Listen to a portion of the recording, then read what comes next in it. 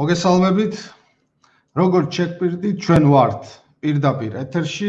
დღეს ვისაუბრებთ ძალიან საინტერესო თემაზე და არა მარტო საინტერესო თემაზე, მე არ მიმაჩნია ადამიანი საქართველოში, ვისთვისაც დავით გარეჯი არ იყოს უდიდესი გულის ტკივილი, თუმცა არიან ადამიანები, რომლებიც ამ დავით გარეჯს და აი ასეთ თემებს იყენებენ სათავისოდ ხოლმე პოპულიზმისთვის. რა სამწუხაროც არ უნდა იყოს, არიან ასეთებიც, თუმცა რა თქმა უნდა უმრავლესობა ასე არ არის, ჩვენ და საბედნიეროდ და დღეს ზუსტად მოვიწვიეთ ჩვენ სტუმარი იბერიულ კავკასიური მოძრაობის თავმჯდომარე ბატონი ბესიკ მიქავა. მოგესალმებით ბატონო ბესიკ. გამარჯობა ბატონო არჩილ. ბატონო ბესიკ. ბატონო ბესიკ გაყურებლებს. თქვენ იცით რომ ჩვენთვის და ჩვენი ქვეყნისთვის რას ნიშნავს დავით გარეჯი? ეს იგივეა რაც სვეტიცხოველი, რაც გელათი, ანუ ერთ-ერთი ჩვენი ფუძე და ერთ-ერთი ჩვენი უდიდესი სიწმინდე. თუმცა ჩვენ ვიცით რომ ბევრი ადამიანი ცდილობს რომ რაღაც პოპულიზმით იყოს დაკავებული აი ამ თემასთან დაკავშირებით, არ ამბობს ბოლომდე სიმართლეს, რა ხდებოდა თუნდაც ბოლშევიკების დროს, თუნდაც იგივე ეროვნული ხელისუფლების დროს, თუნდაც დღეს და სად არის რეალური გზა იმისკენ, რომ ჩვენ არანაირი პრობლემა არ გქონდეს არც ჩიჩხიტურის კოშკთან მიმართებით, არც ბერთუბანთან მიმართებით და თქვენ ეს ყველაფერი გაქვთ შესწავლილი მეცნიერულად. და გაქვთ ისეთი ექსკლუზიური ინფორმაციები, რომლებსაც ან არ ფლობს უმრავლესობა მედია საშუალებები, ან თუ ფლობენ მალავენ და რა თქმა უნდა ხელისუფლებებიც მალავდნენ სამწუხაროდ ამ ინფორმაციას. მოდი დავიწყოთ ბატონო ბესიკ აი ბოლშევიკების დროიდან, როდესაც სულ საუბრობენ 1921 წლის რუკამერე, 38 წლის სტალინის იმის ამის რა ხდებოდა აი ამ რუკებთან დაკავშირებით და იყო თუ არა მცდელობა კომუნისტების დროს, ბოლშევიკების დროს მაგალითად იგივე ჩამოეცილებინათ საქართველოსთვის აი ჩიჩხიტური და ბერთუბანი. იყო თუ არა ასეთი მცდელობა? ბატონო არჩილ, მე სანამ დავიწყებდეთ ამ თემაზე საუბარს, გარკვეულწილად გავაკეთებ მიმართვასთან და დავიწყებ საუბარს, ასე ვთქვათ, ეგრეთ წოდებული ხუთს გავუკეთებ ამ გადაცემას და მე შევუდგეთ ამ კონკრეტულ საქმეზე განხილვას. პირველ რიგში მე მივესალმები ქართველებს, გამარჯვებით ქართველებო, ქრისტესთვის, ზვიადისთვის და საქართველოსთვის. უპირველეს ყოვლისა, რაც შეეხება დავით გარეჯი არა მარტო სიწმინდეა ამ შემთხვევაში, ეს არის ჩვენი საჯილდაო ქვა. გარკვეულწილად დავით გარეჯი დღეს დგას სადარაჯოზე საქართველოს ტერიტორიის. დავით გარეჯის დათმობა, ასე ვთქვათ, არის ახალი ოკუპაციის საწინდარი ბატონებო. ეს არ არის უბრალოდ მარტო ეკლესია, ეს არ არის მარტო უბრალოდ შენობა. ეს დღევანდელი პოლიტიკურ რეალობაში ჩემოკარგებო, სულ სხვა დანიშნულება შეიძინა და ამაზე ჩვენ გზადაგზა ვიტყვი და დაგიმტკიცებთ, იმიტომ რომ თვითონ აი ამ ეგრეთ წოდებული პოლიტიკოსების მიერ ატეხილი ეს ღრიანცელი ზუსტად ემსახურება ამ საკითხს. დავით გარეჯის გადატანა სულ სხვა სიბრტყეში დავიწყოთ ახლა როგორც თქვენ ბრძანეთ ისე თავიდან. პირველ რიგში რა არის აუცილებელი და ვთქვათ ჩვენ. ჩვენი სახელმწიფოებრიობა საიდან იღებს სათავეს? მე არ გულისხმობ, ასე ვთქვათ, დავითის, თამარის დროს. იმიტომ რომ დღეს შეგვედავებიან რომ ჩვენ ახალ დროში ვცხოვრობთ. დიახ ბატონებო. ყველა თქვენთაგანმა იცით რომ სოფლიოში დღეს არსებობს გაერთიანების ორგანიზაცია, სადაც არის დაფიქსირებული თითოეული სახელმწიფოს ტერიტორია და მისი პოლიტიკური ფერიც გააჩნია და ყველაფერი. გაერო ასევე მინდა მოსახლეობას შევახსენო, გაერო არ არის ასე ვთქვათ დღეს შექმნილი ორგანიზაცია და არც 1948-ში შექმნილი ორგანიზაცია. ეს არის ერთა ლიგის კანონმემკვიდრეობა. მაგრამ ეს აუცილებელია. ეს არის ერთა ლიგის კანონმემკვიდრე ორგანიზაცია და არა ახლად შექმნილი ორგანიზაცია. ეს იმას ნიშნავს, რომ ერთა ლიგაში მიერ მიღებული დადგენილებები და სხვა კანონები მისი კანონმემკვიდრეა. ასე რომ ჩვენ რო დავიწყოთ ახლა დავითის და თამაზოს ჩვენი რა ტერიტორია იყო, იმ წუთას გვეტყვია რომ ჩვენ ცხოვრობთ გაეროს სოფლიოში. სადაც სოფლიო გადანაწილდა და გადანაწილებულია და შეთანხმდა სოფლიო რომ აი იმ ტერიტორიებზე სადაც არის დაფიქსირებული იმის იქით არ გავიდეს. ივრიდიულად ეს ასეა, მაგრამ მას უძღვის ერთა ლიგა. რატომ ამბობ ამას? 1918 წლის 26 მაისს საქართველოს რესპუბლიკამ გამოაცხადა დამოუკიდებლობა, რომელიც აღიარა ერთა ლიგამ. რაც შეეხება მის ტერიტორიას, თქვენ კარგად იცით და მთელმა საქართველომ და არა მარტო საქართველომ, რამხელა ტერიტორია ჰქონდა საქართველოს იმ დროს. დავით გარის საერთოდ ლაპარაკიც არ არის. აქ ლაზეთი, ჰერეთი და ასე შემდეგ და სოჭა და ყველა ეს ტერიტორია ერთა ლიგამ ასე ვთქვათ დააფიქსირა საქართველოს რესპუბლიკა იმ დროს. აი ამ დროშის ქვეშ სხვათაშორის. ამ დროშის ქვეშ მოხდა აი ამ ტერიტორიის დაფიქსირება. ვიწყებთ და ვაგრძელებთ. ამაზე ავკამათოთ და ძალიან მოკლეა და რაც დავით გარეთს ეხება აქ საკამათო მე მგონი არავის არ აქვს. ვერც აზერბაიჯანი შეგედება, ვერც სომხეთი, ვერც რუსეთი. იმიტომ რომ ესე მოხდა მისი აღიარება. კი ბატონო, ამის მერე მოხდა საბჭოთა რუსეთის მიერ საქართველოს ოკუპაცია ანექსია 25 თებერვალს 1921 წელს. ყველამ ვიცით ბატონო, ხო? რა თქმა უნდა. თვითონ დიახ, ნუ მოხდა ეს, ფაქტია. მერე 24-ში რა შეიქმნა, 25-ში რა შეიქმნა, 53-ში რა მოხდა, ამას არ აქვს მნიშვნელობა, ჩვენ მივხვდეთ იურიდიულად რასთან გვაქვს საქმე. ხო, რამე თუ დღეს როდესაც ესენი საუბრობენ, რომ 24 წელს დავკარგეთ ჩვენ და სტალინმა დაკარგა, ერთ-ერთი სტალინმა კი არა, ლენინმა და სტალინმა. რატოა ეს მარტო სტალინს რო ვახსენებ, ლენინმა შექმნა საბჭოთა კავშირი და არა სტალინმა. ეხო სიმართლეა, მე ხო ახალ საფასს ლენინი იყო რევოლუციონერი, რომელმაც შექმნა საბჭოთა კავშირი, რომელმაც დაარღვია 1900 ასე ვთქვათ, ხელშეკრულება 12 მაისის და ოკუპაცია, ანექსია გაუკეთა საქართველოს. ესეც ხო ფაქტია. დიახ. ამასაც ვერავინ ვერ გაიქცევა. ასე რომ მერე მოვიდა სტალინი, კი ბატონო, მერე რაც მოხდა, დავიწყოთ ახლა იქიდან. სანამ მე მივალ 90 წლამდე, მოდი დავიწყოთ, ჩვენ შევთანხმდით, რომ დღეს მარტო დავით გარეჯზე გვექნება საუბარი. დიახ, დავით გარეჯზე დავით გარეჯზე, მაგრამ მე თავიდან იმიტომ ვთქვი, რომ დავით გარეჯი მარტო დღეს არ არის ეკლესია, არ არის სვეტიცხოველი დავით, ასე ვთქვათ, გელათი, არა.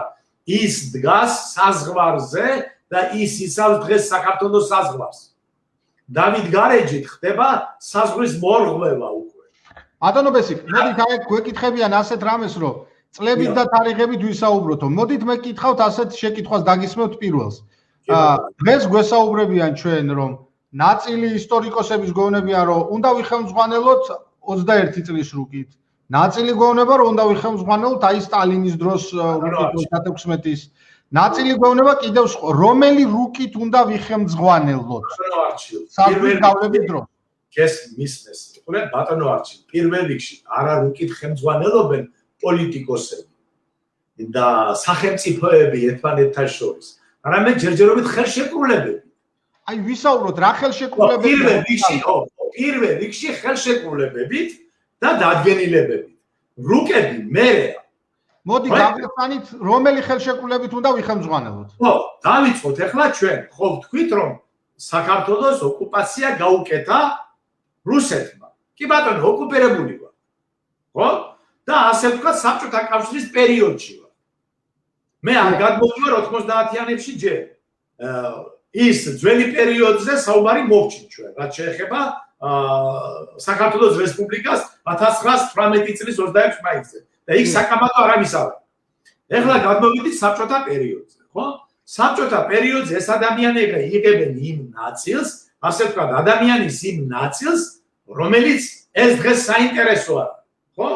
ჩვენ მოვიდეთ 1976-18 წლებში, ხო? ვისი იყო ეს ტერიტორია ივრიდიულად 24-ში რა იყო ვისი იყო 24-ში რა იყო რაში გაინტერესებს 27-ში რა იყო შენ გაინტერესებს 78-ში ვისი იყო გაგონოთ 78-ში ვისი იყო და რისი იყო აგერ მიჭირავს მე წიგნი ეს არის საქართველოს მოამბე რომელიც გამოიცა 2007 წელს ქალბატონ მან არჩვაძის მანას მიერ როგორც ეს იყო ზვიად გამსახურდია და მე რა ვკოსტავა რომ გამოცემდა მოამბეს ის იქნა ხელახლა გამოცემული 2007-ში კი არ გამოიცა ეს გამოიცემოდა 16-ში 13-ში 18-ში და აქ შედის მთელი დოკუმენტაცია რაც ხდება ბატონო ერთი წუთი თუ შეიძლება რომ თემასაც არ ავწდეთ მე უბრალოდ მინდა ჩვენ მსმენელებს არა თემაზე აქ არის დოკუმენტაცია არა ერთი წუთი სულ სხვა თემაზეა საუბარი მე სულ ერთი ნახევარი წუთი გაგაწყვეტინებ აქ დაიწყეს ისეთი კითხვები რომ რას გვეტყვით 9 აპრილზეო იმაზე მე მინდა ვთხოვო ყველას რომ საუბრობთ დავით გარეჯზე ბატონ ბესიკთანაც ესე ვარ შეთანხმებული ქალბატონო მანანა და დავსვათ ყველა შეკითხვა დავით გარეჯზე ჩვენ 9 აპრილამდე გავაკეთებ გადასვლას ქალბატონო მანანა მივარ ჯერ ჩვენ ხო განვიზღილეთ საბჭოთა პერიოდამდელი და ეხლა ვარ საბჭოთა პერიოდში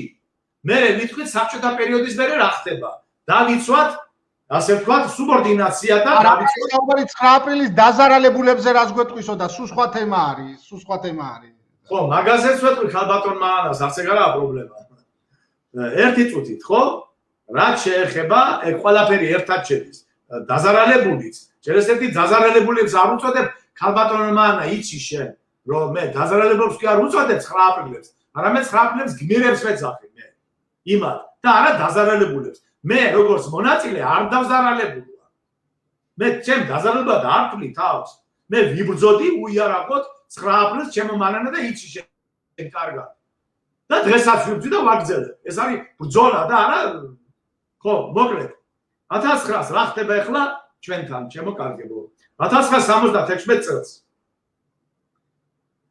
ძალიან მოკლე იმას დავიწყებ ახლა მე თქვენ წაგიკითხავთ უცებ დავით გარეჯის მდგომარეობა და მისი დაცვა გამსახურდია საქმის მიხედვით ეს არის ლია კერესელიძეს აქ სტატია აი ამ წიგნიდან გამომდინარე და რამოდენიმე წაგიკითხავთ აუცილებელია ხო გამსახურდიას და კოსტავას საქმეები მნიშვნელოვანი ადგილი უჭირავს ქართულ ხუროთმოძღვრების ძეგლების მდგომარეობის აღწერასა და ბრძოლას მის გადასარჩენად ამ თემატიკას ეძღვნება ზვიად გამსახურდიას წერილი ძეგლთა დაცვა თუ ძეგლთა ძარცვა ძეგლები პურმარილი ჰეროსტრატეს თარეში არტელია ანადგურებს ფრესკებს ძეგლები და ახალგაზრდობა ამჯერად გთავაზობ მათგან ერთ-ერთ დოკუმენტს მასში დაწვრილებით არის ასახული ის სიტუაცია რომელიც უფევდა მე-6 საუკუნის კლდეში ნაკვეთი სამონასტრო კომპლექსის დავით გარეჯის გარშემო არტილერია ანადგურებს ფრესკებს ეს დოკუმენტი ეძღვნება უკვე დავით გარეჯს აქ საუბარია მარტო დავით გარეჯზე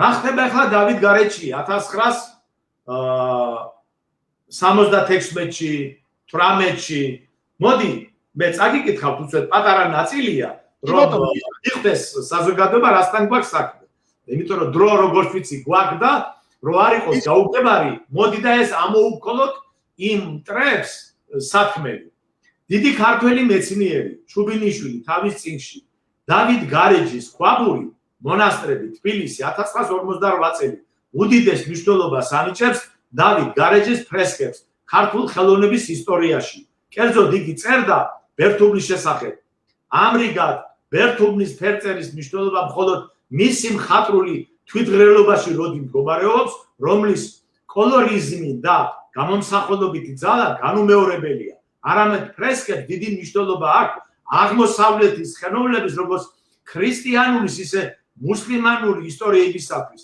მისთვის განვითარებისა და დინამიკის შესწავლისას დიდი მეცნიერის ეს სიტყვები რო არ ყოფილიყო დღეს ყოველი ცივილიზებული ადამიანისათვის ცხადი უნდა იყოს რომ შუა საუკუნეობრივი კულტურის ძეგლთა განადგურება ალტირელიის ცეცხლით არნახული დანაშაულია ვანდალიზმი და ბარბაროსობის მწვერვალი საოცარია ის ფაქტი რომ 1958 წელს როგორც კი გამოვიდა ჩუბინიშვილის წიგნი, მაშინ მე გაიხსნა საარტილერიო პოლიგონი დავითგარეჯში.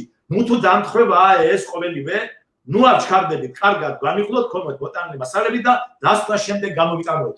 ეს იწყება დავითგარეჯის განადგურება და მის წინააღმდეგ ომი, როგორც კი ჩუბინიშვილმა აღწერა ზუსტად ის ბერთუბანი და მისი დანიშნულება და მნიშვნელობა, რომელსაც დღეს თითქოს ყველა მასზე უარს იძახის. თითქოს ეს ბერთუბანი უკვე ჩვენი აღარ არის, არამედ ჩიჩხიტურზეა საუბარი, ბატონებო.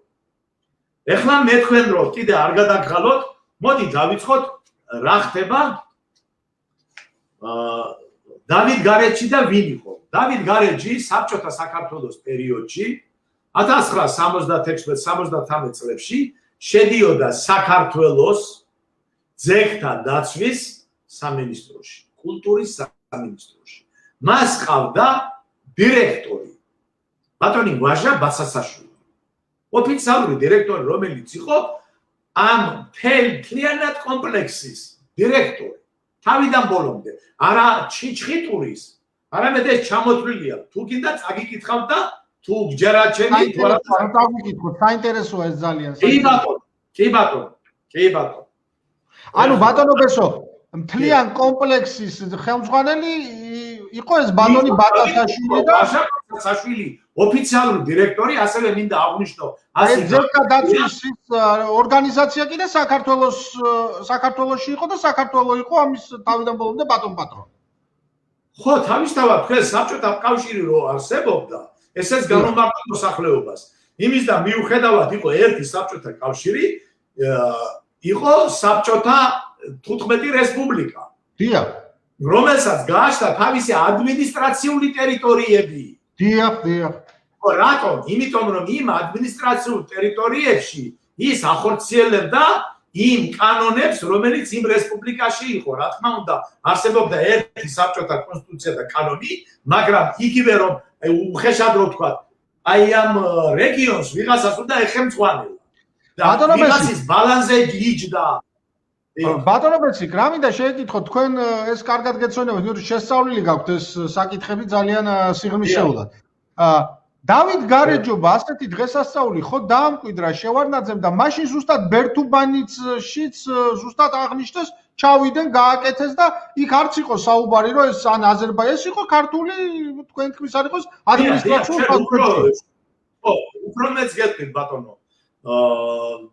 თქვენ იცით ალბათ რომ იქ მე რატო ვთქვი ეს რომ როგორც კი რუსეთის ჯარმა საბჭოთა ჯარი იქ დადგა და გახსნა პოლიგონი. პოლიგონი გახსნა 40 კილომეტრი დავითგარეჯიდან იქით. და იქიდან ესროდნენ დავითგარეჯს. გამიგე? იქიდან ესროდნენ, იმიტომ რომ ერთადერთი მაღალი ადგილი მანდ ეგ არის. და როგორც სამიზნე ისე ქონდა. გასაგებია. გამიგე? და ამიტომ მათქა და ასე ვთქვათ, მაშინ რას წარმოიდგენდა, ან ზვიად გამსახურდი, ან ბაცაცაშვილი, ან ვინმე, რომ ეს გახდებოდა საკამათო. ისინი უბრალოდ ამ ძეგლს იცავდნენ, რომ აი ამ არტილერიას ეს არ გაენადგურებია. რატომ? იმიტომ რომ 58 წელში, როდესაც ჩუბინიშვილმა დაწერა, რომ ეს კომპლექსი, რომელიც იყო უდიდესი ისტორია, ხო, უდიდესი, ასე ვთქვათ, მნიშვნელობის დანიშნულების ძეგლია ეს ქვაში აშენებული ეკლესია, ქვით აშენებული კი არ არის, ქვაში აშენებული ეკლესია, ასე რომ ვთქვა, თავიდან ბოლომდე, ხო? ამიტომ დაიწყეს მისი განადგურება. თქვენ იცით, საერთოდ ყოველთვის იმპერიებს არ უნდა რომ მისი დამპყრობილი ერები მასზე უფრო ცივილიზებული, განათლებული და დიდი ისტორიის მქონე იყოს. და დაიწყეს აი არ უნდა ხო, და მისი განადგურება დაიწყეს. ეხლა დავიწყოთ. 1966 წლის მარტში საქართველოს კულტურის ძეგლთა დაცვის საზოგადოების სარევიზიო კომისიამ განიხილა დავითგარეჯის გოროების საკითხი. კომისიაზე ცნობა წარმოადგინა გ აბრამიშვილმა. აი მისი სრული ტექსტი, წავიკითხოთ. ცნობა დავითგარეჯის მდგომარეობის შესახებ. ეს ოფიციალური დოკუმენტია. დავითგარეჯის მრავალთის დეში ნაკვეთი სამონასტრო კომპლექსების და კედლის მხატვრობის მრავალრიცხოვანი ნიმუში დაცულობა საგდობლად გაუარეს და მას აქეთ რაც ყარაიას ველზე სამხედრო პოლიგონმა დაიწყო მოქმედება. პოლიგონის აფეთქებული მოედნები უშუალოდ ეკრიან ბერთუბას, უდაბნოს და ნაფთლისცემის მონასტრს, რომელთა საფასადო მხარე პოლიგონისკენ არის მიმართული. აფეთქებისგან გამოწვეული მძლავრი ტალღები დაუყოლებლად აღწევს სამონასტრო კომპლექსის მრავალრიცხოვან ღიობში. გარდა ამისა, ხშირად ალბათ უნებლიეთ ეს მონასტერი ხუმბარის სამიზნე ობიექტებად გამხდარა. მაგალითად, ცნობილია, რომ 1956 წელს პოლკოვნიკმა ანდრეევმა სამიზნე ობიექტად გამოიყენა ბერთუბის მონასტერი, რაც გამოიკვლინა ძეგლთა ინსპექცია. საქართველოს ძეგლთა ინსპექცია და არა საბჭოთა კავშირის ძეგლთა ინსპექცია. ბერთუბაში რა ხდებოდა? ანუ იმიტომ რომ ეკუთვნოდა საქართველოს. საქართველოს ეკუთვნოდა. აბა, მაშინ ეს რუსები გეტყოდა, შენ გეკითხება აზერბაიჯანის არისო. პოლიგონის სამონასტრო კომპლექსები, რომლებიც მე-6 საუკუნიდან ჩაეყარა საფუძველი საქართველოს ადრე ფეოდალ ხანაში, ეს არ გჭირდება. ეხლა გადავიდეთ ცოტა იქით ეს მოყოლი. ანუ ბატონობას იქ სანამ თქვენ დოკუმენტებს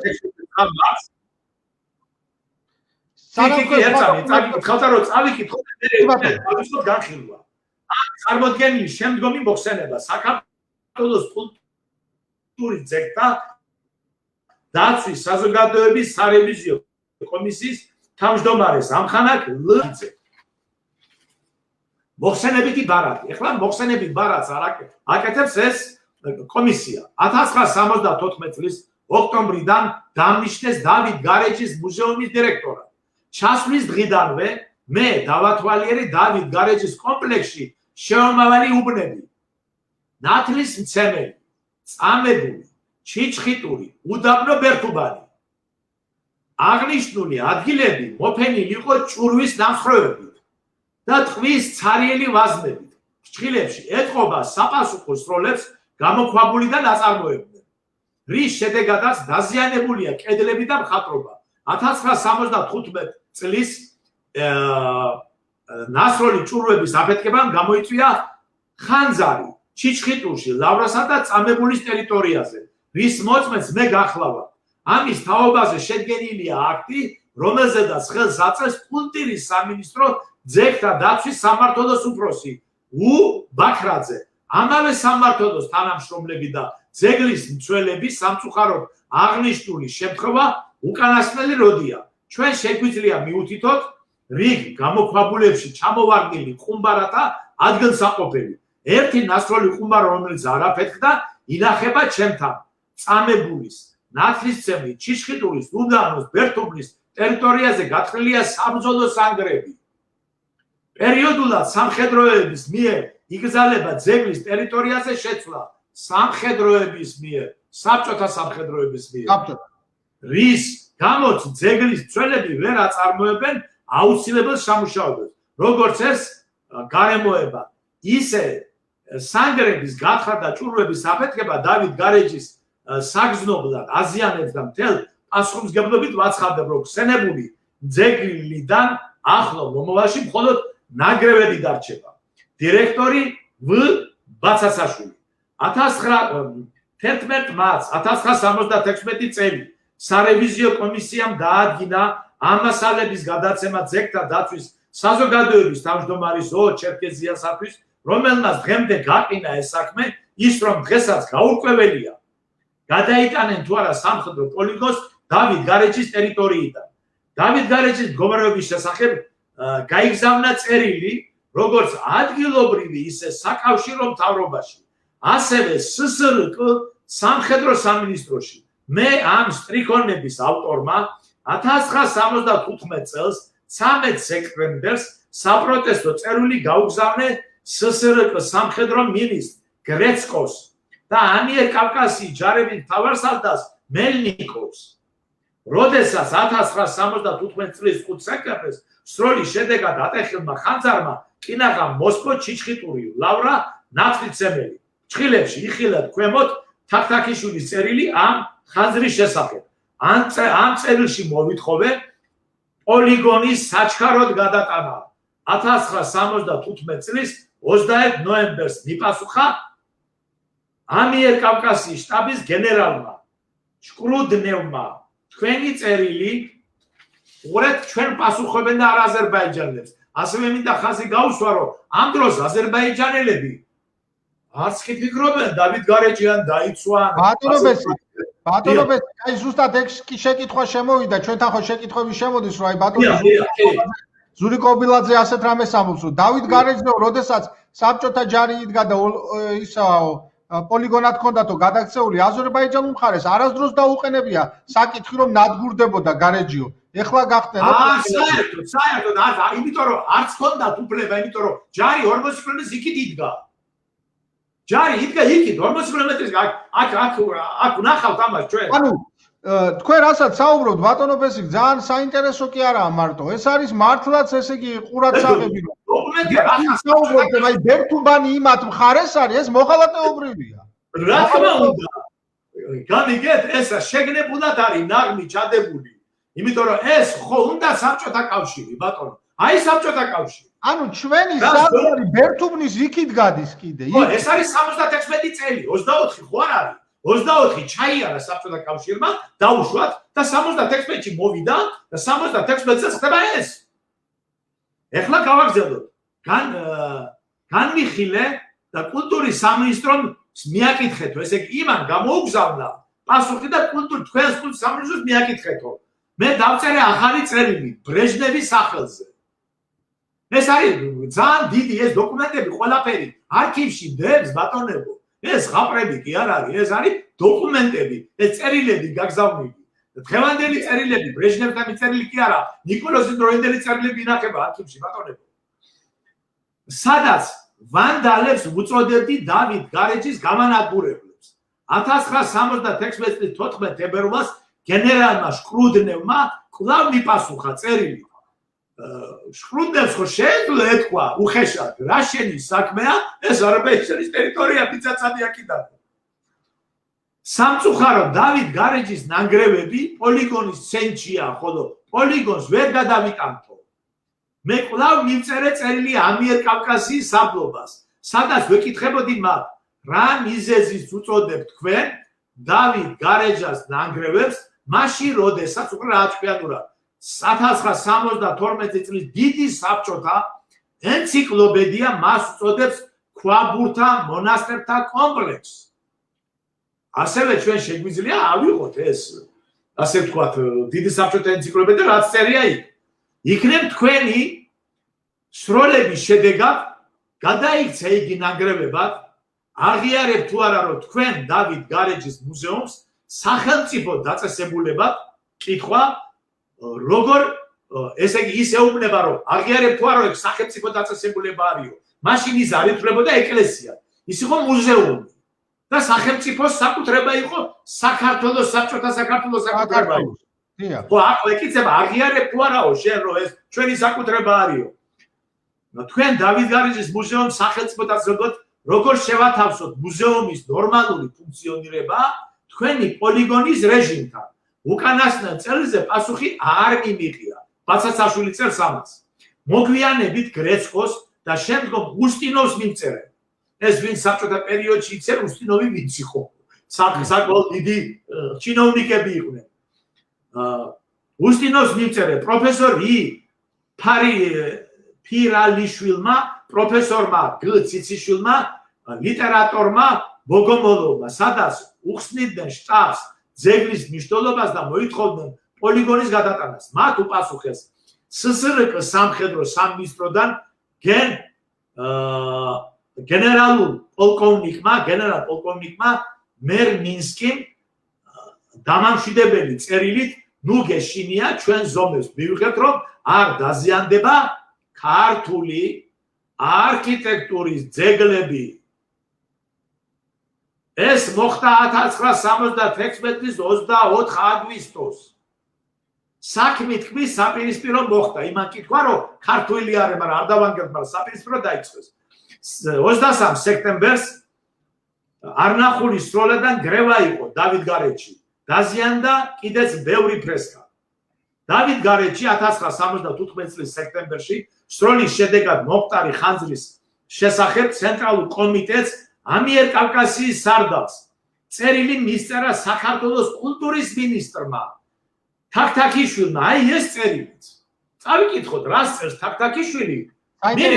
სანამ წერილს წაიკითხავთ, ბატონო ბესიკ, მე მინდა ჩვენს მსმენელებს ვთხოვო, რომ საკმაოდ არიან გვიყურებენ და რაც შეიძლება მაქსიმალურად გააზიანო, იმიტომ რომ ეს არის რეალური დოკუმენტები. ეს არ არის მარტო გულზე მჯიღისცემა, ამ დოკუმენტებით შეიძლება მართლა რომ ჩვენ არათუ ბერთუბანი, კიდე ცოტა წინაც წავიციოთ ყველანაირი მესაზღვრეებთან იმისი ჯაჯგურის და აბა წავიკითხოთ. მიმდინარე წლის 5 სექტემბერს სამხედრო ნაწილის მეცადინეობის დროს სასწავლო ჭურვლების აფეთქების შედეგად კულტურის ძეგლი დავით გარეჯის ტერიტორიაზე ძეგლთა ერთ-ერთი ჩიჩხიტურად სახელდებული კომპლექსის დასავლეთიდან გაჩნდა ხანძარი, რომელიც წაეკიდა გამხმარ ბალახს და გავრცელდა ძეგლის მიმართულებით საღამოს დაახლოებით 19-დან 20 საათებში. იმავე მიზეზით გაჩნდა ხანძარი იმავე ძეგლის ჩრდილო-აღმოსავლეთ მხარეში და ძეგლის სამივე მხრიდან ცეცხლის ალყაში აღმოჩნდა. ძეგლის მეოთხე მხარე წარმოადგენს 30 მეტრიან მიუდგომელ კლდეს. იმავე მიზეზით გაჩნდა ხანძარი კულტურის ძეგლთან კიდევ ერთი კომპლექსის ნათლისმცემლის მახლობლად. ამგვარად დავით გარეჯის კომპლექსთა ტერიტორიაზე არსებული სამხედრო პოლიგონის სამუშაო რეჟიმი არათუ ხელს უშლის დაცვის ღონისძიებას, განხორციელებას, კულტურის ძეგლად პოპულარიზაციას, არამედ სერიოზულ საფრთხეს უქმნის მას, რაც ეწინააღმდეგება მთავრობის დადგენილებას ძეგლთა დაცვის შესახებ. მდგომარეობა მომავალში კიდევ უფრო გაუარესდება ამიერკავკასიის სამხედრო ოლქი ჯარების სარდალს ვთხოვს შემდეგს. სამხედრო პოლიგონზე მოქმედი ნაწილები დავალდებულონ განსაზღვრონ პოლიგონის ტერიტორია და დაჰყონ იგი სათანადო წესი. ტერიტორიის დადგენისას პოლიგონი მაქსიმალურად მოაშორონ კულტურის ძეგლებს. დააწესონ პოლიგონზე მუშაობის განსაზღვრული რეჟიმი ძეგლთა დაცვის ღონისძიებათა გატარებით გათვალისწინებით, როგორიცაა სამუშაო ძალის, მასალის ტრანსპორტირება, ორგანიზებული დამთვალიერების მიღება, სარესტავრაციო და ძეგლთა გამაგრების სამუშაო წარმოება და ასე შემდეგ. გათვალისწინებული იქნას პერსონალის დასახლების აუცილებლობა ძეგლთან მახლობლად. ესე იგი, ის პერსონალი, ვინც დავით გარეჯს ემსახურებოდა, იქ რო დაესახლებია. დიახ. საკარმიდამო ნაკვეთები და სხვა აუცილებელი საყოფაცხოვრებო პირობები. მომავალში აღარ იქნას დაშვებული 1975 წლის 5 სექტემბრის მსგავსი მოქმედებანი, რომელთა ძალუც კულტურის ძეგლის სრული დაღუპვა. ურთიერთ შეთანხმებული მუშაობის ამგვარი წესის გარეშე საქართველოს საბჭოთა სოციალისტური რესპუბლიკის კულტურის სამინისტროს საშუალება არ ექნება დავით გარეჯას ამ საკავშირო მნიშვნელობის კულტურის ძეგლის დაცვის, რემონტის, რესტავრაციის და პოპულარიზაციისა. საქართველოს სსრ კულტურის მინისტრი თაქთაქიშვილი. ჩვენი კომენტარი სიმპტომატურია, რომ ხანძრის ჩაქრობაში არ მონაწილეობდა არც ერთი სამხედრო პირი. მაშინ, როდესაც ჯერაც პოლიგონის ტერიტორიაზე იმყოფებოდა ეს გვაფიქრებებს, რომ ისინი არათუ შეშფოთებული, არამედ კმაყოფილები იყვნენ აი ამ ხანძრის გაჩენით. საფიქრალია აგრეთვე, რომ მათ ხელმძღვანელობას აქვს საიდუმლო ინსტრუქცია ამ ძეგლის სრული განადგურებისა, ვინაიდან იგი ხელს უშლის პოლიგონის მოქმედებას. 1976 წლის 1 აგვისტოს დავით გარეჯის მუზეუმის მახლობლად 6 ჭურვის ააფეთქეს სამხედროებმა. ამის შესახებ ახლა უსმინეთ ძალიან ყურადღება. ამის შესახებ მუზეუმის დირექტორმა ვაჟა ბაცაცაშვილმა და კულტურის სამინისტრო ძეგლთა ინსპექციის უფროსმა ცხილაძემ უჩივლეს სამხედროებს საბჭოთა სსრკ გენერალურ პროკურორთან. გესმით ეს რას ნიშნავს? საბჭოთა პერიოდში უჩივლო გენერალურ პროკურორთან თავდაცვის მინისტრს. გამხელაგნერები იყვნენ, გესმით? საბჭოთა პერიოდში უყურეთ, უჩივლეს ამერიკაკასის გენერალ პროკურორთან, რუდენკოსთან, რომელმაც წერილი გამოაგზავნა ამიერკავკასიის შტაბში. სამხედრო პროკურატურაში, ამ საქმეზე სამხედრო პროკურატურაში ვიყავი და ბასასაშვილი, ცხილაძე და მე ოლქის პროკურორმა, გენერალმა არშავსკიმ და სხვებმა შემდეგნაირად აგვისწრეს საქმის ვითარება. ხსნით? რამდენადაც პოლიგონი საქართველოს ტერიტორიაზეა. დავით გარეჯი არ ვამბობ. უსმენთ? ისინი წერენ, რახან პროკურატურაში ურჩივლეს, ეს უკვე მინისტრები წერენ, რომ რამდენადაც პოლიგონი საქართველოს ტერიტორიაზეა, ანუ 40 კილომეტრის სიღრმეში. ხო, პოლიგონი თქვენს ტერიტორიაზე. კლია. ხო, უსმენთ? თქვენი რესპუბლიკის მთავრობას ძალუძს გაუქმოს იგი პოლიგონი. დავით გარეჯი არ ვამბობ, ხო პოლიგონი გიშტოქას და დავითზე არც კი ფიქრობს, რომ დავით გარეჯი აზერბაიჯანთან ახლოს არ ირო საერთოდ, მაგრივ. პოლიგონიო თქვენს დაქვემდებარებაში არისო რესპუბლიკის. იმიტომ რომ რესპუბლიკებს თავისუფლებით გააჩნდა. ეხლავე გაუქმოს იგი, მაგრამ თქვენს შევარდნაძეს და პატარიძეს არ სურთ ურთიერთობის გაფუჭება სარდალ მელნიკოვთან, რომელიც ალბათ დიდად განგრისდება ამ გაუქმებით. შენიშნა, მე მენიშნება ეს ამბავი, რადგანაც ვიცოდი, რომ ჯერ კიდევ გრეცკოს საქართველოში ჩამოსვლისას 1976 წლის თებერვალში შევარდნაძეს შეეძლო მისთვის ეთხოვა დავით გარეჯის შესახებ, მაგრამ არ გაიფუჭა მასთან ურთიერთობა. რა თქმა უნდა, ზოგისთვის პირადი კარიერა უფრო მნიშვნელოვანია, ვიდრე ეროვნული კულტურული განძი. ახლაც ვიად გამსახურდიას მინიშნება. უსმენთ კარგად. როგორც კულტურის მინისტრმა თაქთაქიშვილმა მითხრა, კიდევ ერთი გარემოება აბყოლებს პოლიგონის გადატანას. გთხოვთ ყურადღებას. საქმეს, ესე იგი, რომ გადაეტანეს რაშია, საქმე რომ ვერ გადაარქვეს.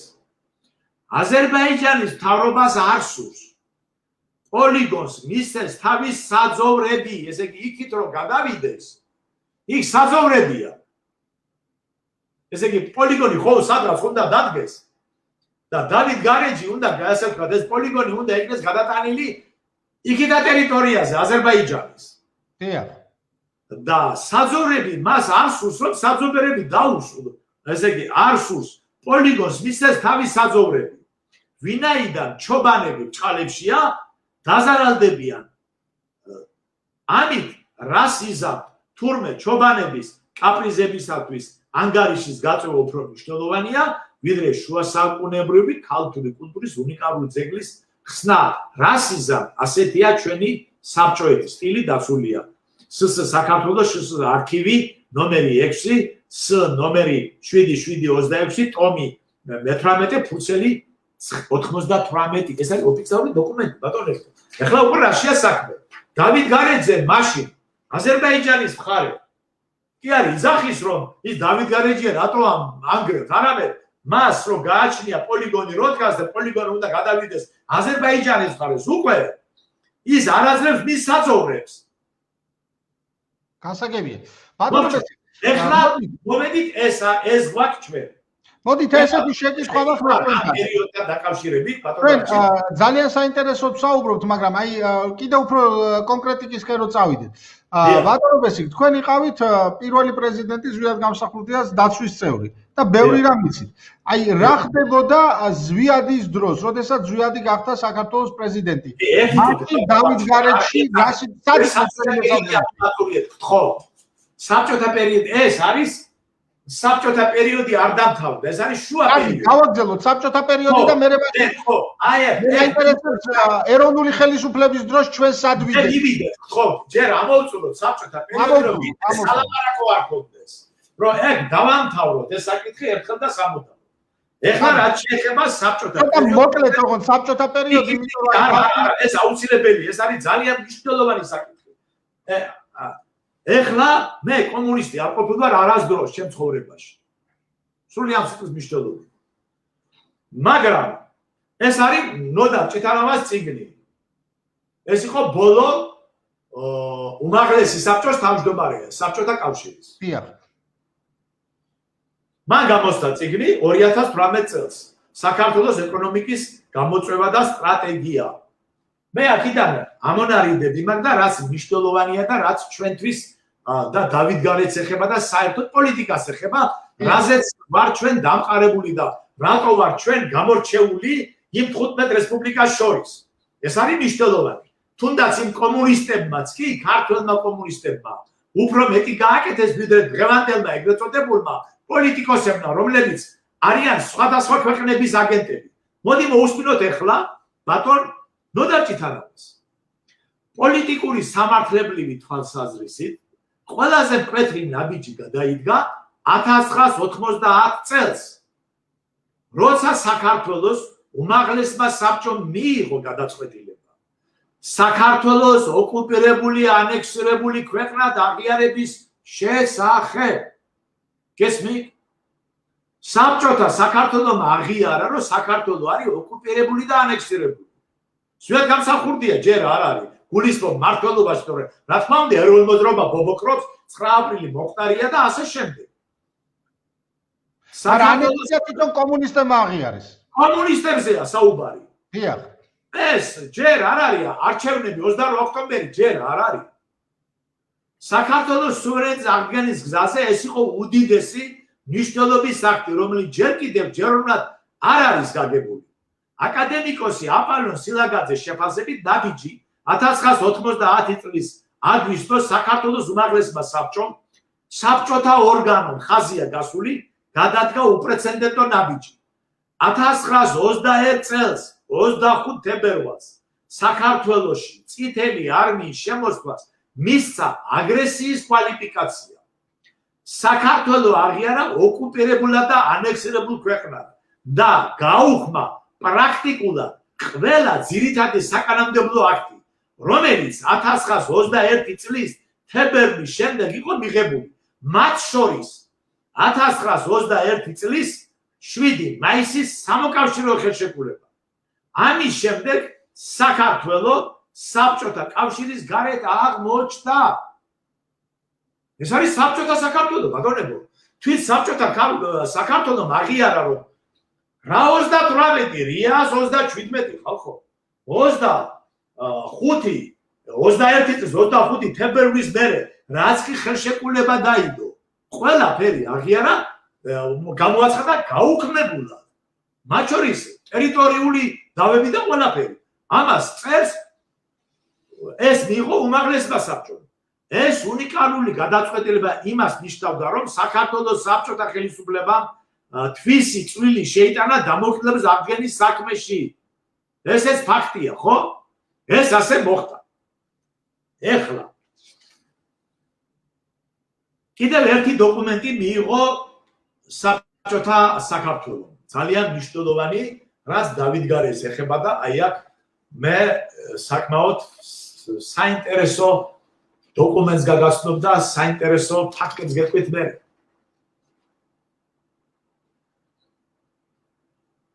საქართველო იყო პირველი საბჭოთა რესპუბლიკა, რომელმაც შექმნა სპეციალიზირებული სამთავრო სტრუქტურა, საქართველოს ძეგლთა დაცვის სამმართველო. ვერდი 31. 1990 წლის 12 აპრილს საქართველოს მინისტრთა საბჭომ მიიღო დადგენილება 193 რელიგიის საქმეთა საკითხების შესახებ. ამ დადგენილების, როგორც უპრეცედენტო დოკუმენტის მნიშვნელობაზე, აკადემიკოსი ჯონი ხეცურიანი წერს. საქართველოს მთავრობამ საბჭოთა ხელისუფლებისათვის უჩვეულო და უპრეცედენტო ნაბიჯი გადადგა. ეკლესიათა დამოუკიდებლობის თვალსაზრისით, კერძოდ საქართველოს სსრ მინისტრთა საბჭომ 1990 წლის 12 აპრილს მიიღო დადგენილება რელიგიის საქმეთა საკითხის შესახებ. ამ დადგენილებით რესპუბლიკის ტერიტორიაზე განლაგებული ქართული მართლმადიდებლური ეკლესიის და საქართველოს საპატრიარქოს ყველა საკულტო ნაგებობა და მათი უზრავი მოძრავი ქონება გამოცხადდა საქართველოს ეკლესიის საკუთრებად. ბატონებო, 1990 წლის 12 აპრილიდან დავით გარეჯის მთლიანი კომპლექსი, როგორც არის სვეტი ცხოველი, მთლიანად არის საქართველოს ეკლესიის საკუთრება, ბატონებო. ასევე დავით გარეჯის მთელი კომპლექსი არის საპატრიარქოს საკუთრება იურიდიულად. ბოდის ვიხდი ახლა გადახრობა რო გავაკეთო, არა აქვს მნიშვნელობა ვის ტერიტორიაზე დგას ის. არა აქვს მნიშვნელობა ის აზერბაიჯანის ტერიტორია თუ ჩინელების ტერიტორია იქნება. შენობა, ეგრეთ წოდებული შენობა, როგორც საქართველოში არსებული სინაგოგა და მეჩეთი, რომელიც აგერ დგას, ბატონებო, ქართულ მიწაზე დგას, მაგრამ ის არის მათი საკუთრება. უხეშადრო თქვა. ტერიტორიაზე არ ვამბობ ჯერ არაფერს, ხო? დავით გარეჯი მთლიანად არის საპატრიარქოს საკუთრება. მე არ ვაპირებდი საპატრიარქოსთან დაკავშირებით რამე განცხადების გაკეთებას და შევხებოდი ამ საკითხს. მაგრამ როდესაც მე გავეცანი დადგენილებას, რომელიც დავით გარეჯთან დაკავშირებით მიიღო საპატრიარქომ ეხლა სინოდზე. რო ეს გაეკეთებია საპატრიარქოს მდივანს, ეს არაფერს არ ნიშნავს, იმიტომ რომ სამდივნო აკეთებს განცხადებას და შეიძლება ხვალე შეიცვალოს. მაგრამ როდესაც სინოდი გადაწყვეტილებას იღებს, ეს კანონის სახეა, ბატონებო. და ამ განცხადებაში წერია, რომ ეს ხალხი უარს ამბობს ბერთუბანზე, ისინი ბოლო-ბოლო უარს ამბობენ დავით გარეჯის მთლიან კომპლექსზე. ისინი არ იძახიან არსად, რომ დავით გარეჯი არის ჩვენი საკუთრება, არ მაინტერესებს ვის ტერიტორიაზეა, არამედ ეს ჩემი ტერიტორიაა, ბატონებო. უფრო მეტი, ჯერ კიდევ საბჭოთა პერიოდში ის გამოცხადებული იყო ძეგლად. რა თქმა უნდა, ეს იუნესკოშიც ფიქსირდება, ბატონებო. საპატრიარქოს თავისუფლად შეუძლია უჩივლოს საქართველოს დღევანდელ დე-ფაქტო ხელისუფლებასაც და აზერბაიჯანსაც, რომ მის დაქვემდებარეში არსებული დავით გარეჯის კომპლექსს ორი სახელმწიფო, ასე ვთქვათ, გლიჩავს და ინაწილებს. რატო ხდება ეს? დამისვამ ყველა შეკითხვას. 2015 წელს, ბატონებო, აგერ მაგ მე 2015 წელს მოხდა სოკარის მიერ საპატრიარქოს დაფინანსება. სრული გაზიფიცირება მოხდა, ბატონებო. და სოკარი იხდის თავიდან ბოლომდე ყველა ფერს. საეჭვო, ხო? რა ხდება, ვერ გავიგე. სხვას რა უნდა მოვთხოვოთ, ბატონებო, როდესაც საქართველოს ეკლესია თვითონ საკუთარ ასე ვთქვათ, ნაგებობაზე, საკუთარ ეკლესიაზე უარს ამბობს. რა უნდა მოვთხოვო ეხლა მე ბოდის ვიხდით და ნებისმიერ ადამიანს, ხო? სხვას, თუნდაც პოლიტიკოს, თუნდაც სახელმწიფო ეგრეთობილ მოღვაწეს. შენ თუ შენ შვილზე უარს ამბობ, შენს ქონებაზე უარს ამბობს, მაშინ რა გამოდის? ასევე მე მინდა ჩვენ დავით გარეჯის წარფევა მარტო კი არ უნდა, ბატონებო, აზერბაიჯანს. ჩვენ აზერბაიჯანმა წაგვართვა საკმაოდ დიდი ტერიტორია, რაც ქვია ეგრეთ წოდებული ბაქო-ჯეიხანის იტრობა რო გაიარა ჩვენთან. თქვენი ციტი დიდი ტერიტორია ირგვლივ რაც არის, იქ კაციშვილის დასახლება არ შეიძლება. ეს ასე ვთქვათ, სტრატეგიული ობიექტად არის აღიარებული. ხო? დიახ. ასე რომ ეს ხალხი გარკვეულწილად ყიდის საქართველოს ქონებას, საქართველოს ეკლესიის ქონებას, ისე რომ ქართულ ხალხს არ ეკითხება. აი რაში მდგომარეობს დღეს მიმდინარე მოვლენები, ეგრეთ წოდებული ვითომ პოზიცია, ოპოზიციის პოზირება გულისხმობ დავით გარეჯთან დაკავშირებით. ყველა რატომღაც ეფუძნება, ბატონებო, 96 წელს შევარდნაძის მიერ ხელმოწერილ დოკუმენტს. ბატონებო, აგერ გითხრათ, რომ ყველა ხელშეკრულება გააუქმეს. რა შუაშია შევარდნაძე? ასევე მინდა ხაზი გაუსვა, ბოლო-ბოლო მაინტერესებს. ჩვენ დამოუკიდებელი სახელმწიფო ვართ თუ საბჭოთა საქართველო? საბჭოთა საქართველოში უკეთესი სიტუაციაა და დამოუკიდებულებაა დავით გარეჯთან, ვიდრე დღევანდელ ეგრეთ წოდებულ დამოუკიდებელ სახელმწიფოში. ეხლა გადავიდეთ ზვიად გამსახურდიასთან. მივიდეთ ახლა იქამდე რო გითხრათ ზვიადის დროს კი, ხო, ვიცით ჩვენი მესაზღვრეები. დიახ, ხო, რა თქმა უნდა, კიდე გაუბნებით. მესაზღვრეები ეგრეთ წოდებული გამოჩნდნენ 2007 წლის მერე. სააკაშვილის მერე ახლო-მახლოს იქ არავინ არ იდგა, თქვენ ვერ მოიტანთ ვერც ერთ დოკუმენტს, ბატონებო.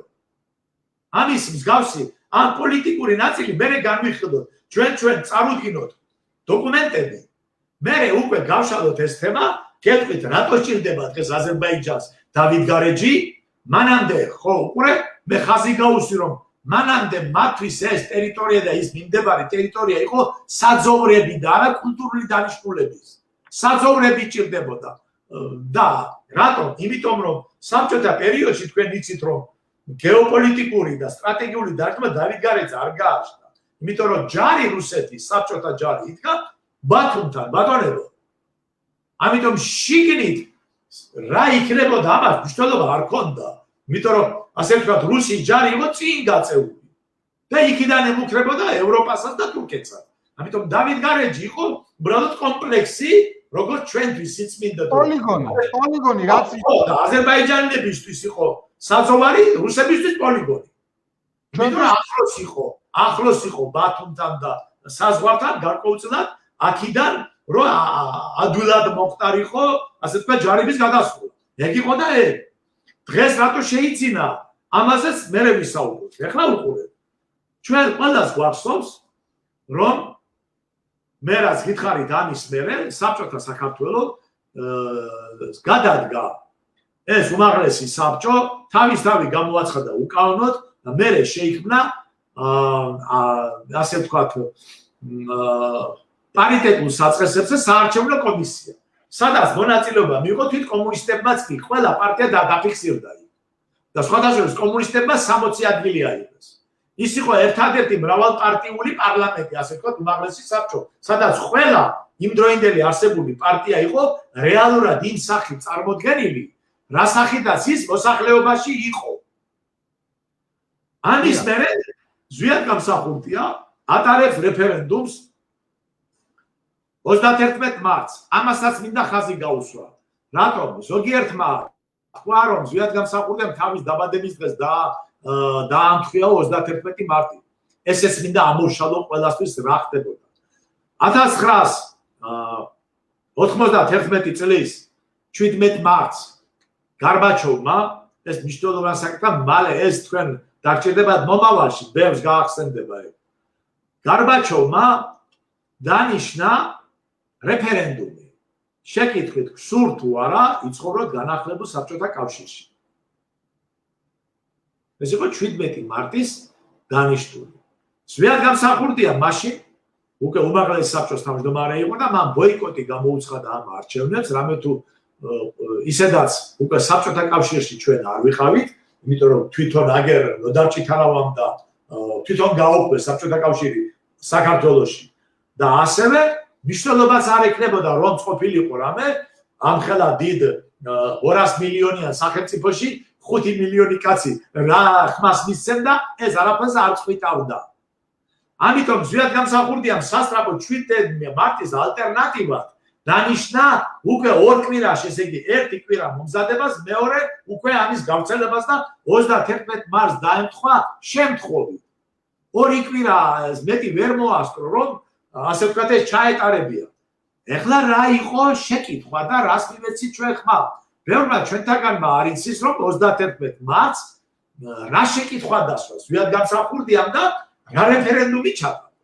მან იყო ერთადერთი შეკითხვა. გსურთ თუ არა საქართველოს მოსახლეობას აღდგეს 1918 წლის 26 მაისის დამოუკიდებლობის აქტის საფუძველზე დამოუკიდებლობა. ეხლა უყურეთ, იურიდიულად რა ხდება? საბჭოთა საქართველოს თქვა არ ვარსებობ და გადადგა, ხო? იურიდიულად იმ მე არ დავიწყებ ახლა ის როგორი ხელისუფლება იყო, არ მაინტერესებს. გულისხმობ მენშევიკურ ხელისუფლებას, ხო? ვინც ემიგრაციაში წავიდა. მათ არასდროს ხელი არ მოუწერიათ კაპიტულაციაზე. არასდროს. არ უღიარებიათ მას საბჭოთა კავშირი. ისინი იყვნენ დევნილობაში საფრანგეთში, მაგრამ არასდროს ავალ თუ კარგად ამას არ აქვს მნიშვნელობა, მაგრამ არ არსებობს იურიდიული დოკუმენტი, როდესაც მათ ეღიარებიოთ, ასე ვთქვათ, საბჭოთა კავშირი იურიდიულად. ეს მნიშვნელოვანია, ამიტომ ზვიად გამსახურდია ის ხელისუფლება აღიარა ერთა ლიგამ. ერთა ლიგას მიერ აღიარებული თავისივე ტერიტორიაზე ზვიად გამსახურდიამ რეფერენდუმი დანიშნა 31 მარტს და მოსახლეობის 98%-ზე მეტმა მისცა დამოუკიდებლობის აქტს. ხმა ბატონებო, მათ შორის აზერბაიჯანელებმა, ვინც კი ამ ტერიტორიაზე ცხოვრობს. ხო, უმრავლესობა ეს დასტურდება. ამის მერე ზვიად გამსახურდია დამოუკიდებლობას კი არ აცხადებს 9 აპრილს, არამედ დამოუკიდებლობის აღდგენას. ესე იგი ზვიად გამსახურდიანი იურიდიულად, პოლიტიკურად, ტერიტორიულად, დე იურე აღადგინა 1918 წლის 26 მაისის დამოუკიდებლობის აქტი იმ ტერიტორიაზე, რა ტერიტორიაზეც იცნო ერთა ლიგამ. იურიდიულად ეს ასეა. ამის მერე თავარი ჯერ კიდე საბჭოთა კავშირი დაშლილი არ არის. საბჭოთა კავშირი დაიშალა 25 დეკემბერს, დღეს რო გაიძახია. ჩვენ ვართო საბჭოთა კავშირის დასვლის შედეგად და ვინ საიდან მოიტანეს ხალხო? 1991 წლის 30 აგვისტოს აიას მუტალიბოვი იყო აზერბაიჯანის პრეზიდენტი. ის აცხადებს დამოუკიდებლობას 30 აგვისტოს. საბჭოთა კავშირი არ არის დაშლილი. და 30 აგვისტოს პირველივე დღეს იმ დღისას ის იურიდიულად აღიარებს საქართველოს დამოუკიდებლობის აღდგენის აქტს. 30 აგვისტოს ეს შეგიძლიათ ინტერნეტში ნახოთ ბატონებო. დოკუმენტია ეს. ანუ საქართველოს აღიარებს თავის დავით გარეჯიან, ყარაიას ველიან, ყველაფერიანა. რას ნიშნავს ბატონო არჩილ, რას ნიშნავს მე რომ აღიარებ ჩემი მეზობელი. ესე მე აღიარებს ამ ტერიტორიაზე და არ აქვს პრეტენზია. ხო? მე ხომ მაქვს ასე ვთქვათ ორდერი, ეგრეთ წოდებული ორდერი, რომ ეს არის ჩემი ტერიტორია.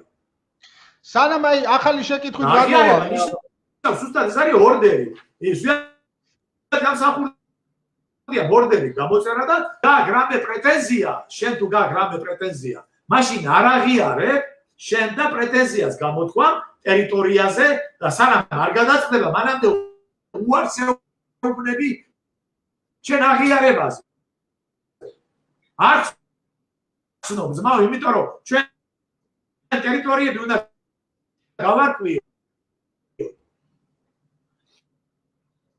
მე მივდივარ სანამდე შავენი ხმა ცოტა ხარვადაზეს მორალად ის თქვენი ხმა ცოტა რაში გამოიხატა. შევარდნაძე როგორც კი მოვიდა 92 წელს მე კი ვხედავდა. რაღაც ხარვეზია ცოტა. ხო, უყურე შევარდნაძე როგორც კი მოვიდა 92 წელს აზერბაიჯანთან, თურქეთთან გააფორმა ჩარჩო ხელშეკრულება. პირველი თურქეთთან მან თქვა, რომ მე ერთგული ვრჩები ყარსის ხელშეკრულების. ეგ ცალკე ვისაუბროთ ყარსის რა არის, მაგრამ მე მინდა ახლა 92 წელს გაფორმა. ბატონობესი ერთი წუთი შეკითხვა, რა თუ შეიძლება ჩვენ მსმენელებსაც რომ გავცეთ პასუხი, გააგზელებთ თქვენ მე კი, არა, გეტყვი და მე მორჩა უყურეთ. კი ბატონო. 92 წელს შევარდნაძე იურიდიულად არავინ არ იყო. თვითონ დასავლთან საუბარში ამბობს, რომ როდესაც აფხაზეთი ჩააბარა, მან თქვა, რომ მე 92 წელს არჩეული არ ვიყავიო. ის იყო მოქალაქე, უბრალოდ, იმიტომ რომ სახელმწიფო მეთაური რო გახდა, ეს არ ნიშნავს ის არავის არ აურჩევია. ეგრეთ წოდებული არჩევნები კი ჩაატარეს მერე, მაგრამ 92-ში როცა მან გააფორმა ეგრეთ წოდებული არჩევნები აღიწყო, ის იურიდიულად არავის არ წარმოადგენს. ხო თვითონ ამბობს, არა. ხო, ეს არის მე და შენ რომ დავნიშნოთ ვიღაცა რა, მაგრამ ის არჩეული არ ყოფილა არავის სამხედრო საბჭომ ხალხის მიერ არჩეული სამხედრო საბჭომ ხუნტამ დანიშნა. სამხედრო საბჭომ, რომელიც იურიდიულად არავის არაფერს არ წარმოადგენდა. იურიდიულად ის თვითონ შევარდაძე რაც გინდა შეიძლება უწოდა, მაგრამ მაგდენი ჭკუა კი აქვს, რომ თავისი თქვა, მე 92-ში არ ვიყავიო სახელმწიფო მეთაური. იურიდიულად მე არავის არ წარმოვადგენდი. აქედან გამომდინარე, აი ამ ხელშეკრულებიდან გამომდინარე, ის არ წარმოადგენს ამ ხელშეკრულებას არანაირი დანიშნულება არ აქვს. და მით უმეტეს, როდესაც ეს არის არალეგიტიმური ხელისუფლება, ბატონებო. და ეს ხალხი ეფუძნებიან 96 წელს შევარდნაძის მიერ გაფორმებულ რაღაც ხელშეკრულებას, რა შუაშია, თუნდაც ის 38-ზე არ საუბრობ, რა შუაშია 38 წელი ხალხო. როდესაც საბჭოთა საქართველოს გააუქმა ყველაფერი. გასაგებია. ბატონო ბესი, მე მინდა კიდევ ერთხელ ჩვენ სვანელებს ვთხოვო, რომ მაქსიმალურად გააზიარეთ ჩვენი გადაცემები, ჩვენი ეხლავე დაგისმევთ შეკითხვებს, ვინაიდან ჩვენ მარტო ესე იგი სოციალური ქსელით მაუწყებლობთ და საინტერესო შეკითხვა აქვს ბატონ არჩილ გარსევანიძეს, რომ აი ეს დოკუმენტიო არსებობს, რომ გვაღიარა ერთალი გამო? რა თქმა უნდა, ბატონებო, აბა როგორ ხდება აღიარება, ეს ის ხო არ არის ტელეფონი დაკერება და გაღიარა. ეს ინტერნეტი ბატონებო შედი. აი ეს დოკუმენტი სად არის? ასლი მაინც არსებობს ჩვენთან, ბატონო ბესი. შეგიძლია უყურე რას ნიშნავს აღიარება? აღიარების დროს იღებენ დოკუმენტს ოფიციალურად. ოფიციალური დოკუმენტი ხდება. მოდი მარტო სად არის ხელისუფლება ამ დოკუმენტს. ეხლა მე ეს არ მაქვს ეხლა, მაგრამ ინტერნეტში მაგალითად წერია ეს თვითონ როდესაც იქ წერია, რომ აზერბაიჯანს რო ატვირთავდა საქართველოს, იქ წერია, რომ აზერბაიჯანმა საქართველოს დამოუკიდებლობა აღიარა 1991 წლის 30 აგვისტოს. წერია საჯაროდ, ეხლა ის ჩვენ დამოუკიდებლობის არ არის ერთა ლიგის აღიარება, ერთა მე არა მაქვს. ეს დოკუმენტი შენახულია, რა თქმა უნდა, არქივში შეტანას და იმატანაცდება. ერთა ლიგის აღიარებაზე ამბობს, ერთა ლიგამ რო გვაღიარა. ამის დოკუმენტი ერთა ლიგამ რო გვაღიარა, ბატონებო, ერთ თუ არიცი და იქ თუ მაბრუნებთ, ერთა ლიგის მიერ აღიარება, აღიარა მთელმა მსოფლიო. დოკუმენტი არსებობს, მსოფლიო ერთა ლიგის აღიარება ინგლისმა, გერმანიამ, პრინციპობრივ აღიარა. თავის ტერიტორიას კი ამაზე მე მგონი საკამათოც არ არის. იკითხა უბრალოდ ადამიანმა და ამიტომ შეგეკითხეთ.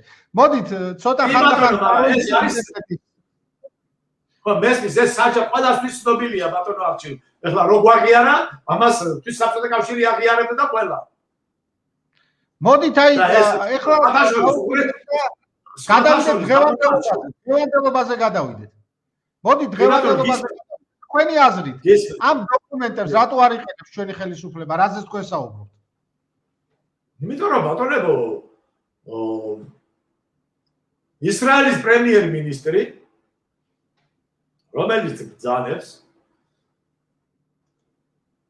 ყველაზე დიდი მტერი სახელმწიფოსი არის კორუმპირებული ჩინოვნიკიო. ისიც ახის ეს ჩინოვნიკებიო უნდა დახვრიტო. მე არ ვწერ ამას აცხადებს პრემიერ-მინისტრი, რომელიც მე სხვათაშორის დავდე ჩემ Facebook გვერდზე.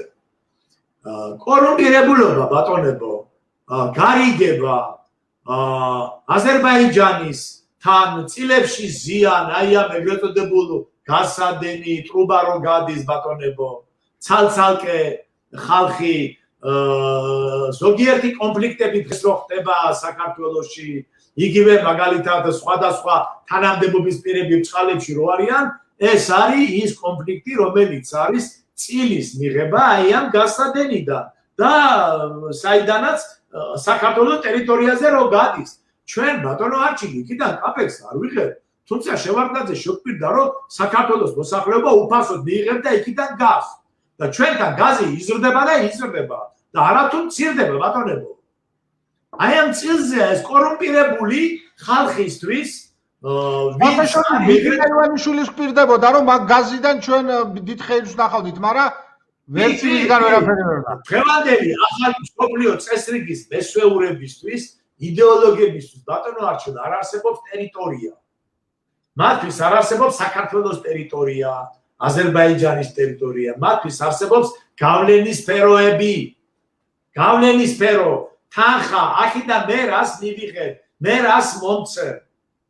მეტი არაფერი, ამიტომ იგივე მე ხო გითხარით 2015 წელს ბატონებო საპატრიარქოს უფასოდ გადასცა და დღემდე უფასოდ ემსახურება სოკავი. მამაცხონებულო, ვერ გავიგე. დღეს რატო არ იღებ ხმას? უფრო მეც გეტყვი, კაი, ახლა ერთი რაღაც მინდა გითხრათ. საქართველოში არსებობს კანონი საბჭოთა სიმბოლოების მოშლის შესახებ. ჩვენ ავიღეთ სტალინის ძეგლი, ლენინის ძეგლი და ასე შემდეგ. საბჭოთა სიმბოლო რაც იყო ყველაფერი მოშალეს. ჰეიდარ ალიევი, ხო, ილჰამ ალიევის მამა, რომელიც იყო ოფიციალურად კეკებეს გენერალი, მაიორი, ოფიციალურად. ჩეკას გენერალი. ასევე იყო პოლიტბიუროს მუდმივ მოქმედი წევრი. პლუს იყო პუტინის მეგობარი და ზმაკაცი, ამის სურათებიც კი მიდევს. ამ კაცის ძეგლი დგას 3 საქართველოში.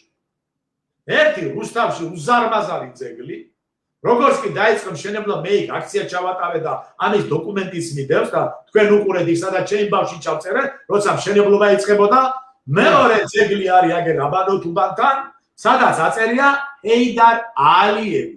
მაგრამ ვინ არის ეს ჰეიდარ ალიევი? პრეზიდენტი, ჩინოვნიკი, პოეტი, საქართველოს მეგობარი, შევარდნაძეს მეგობარი.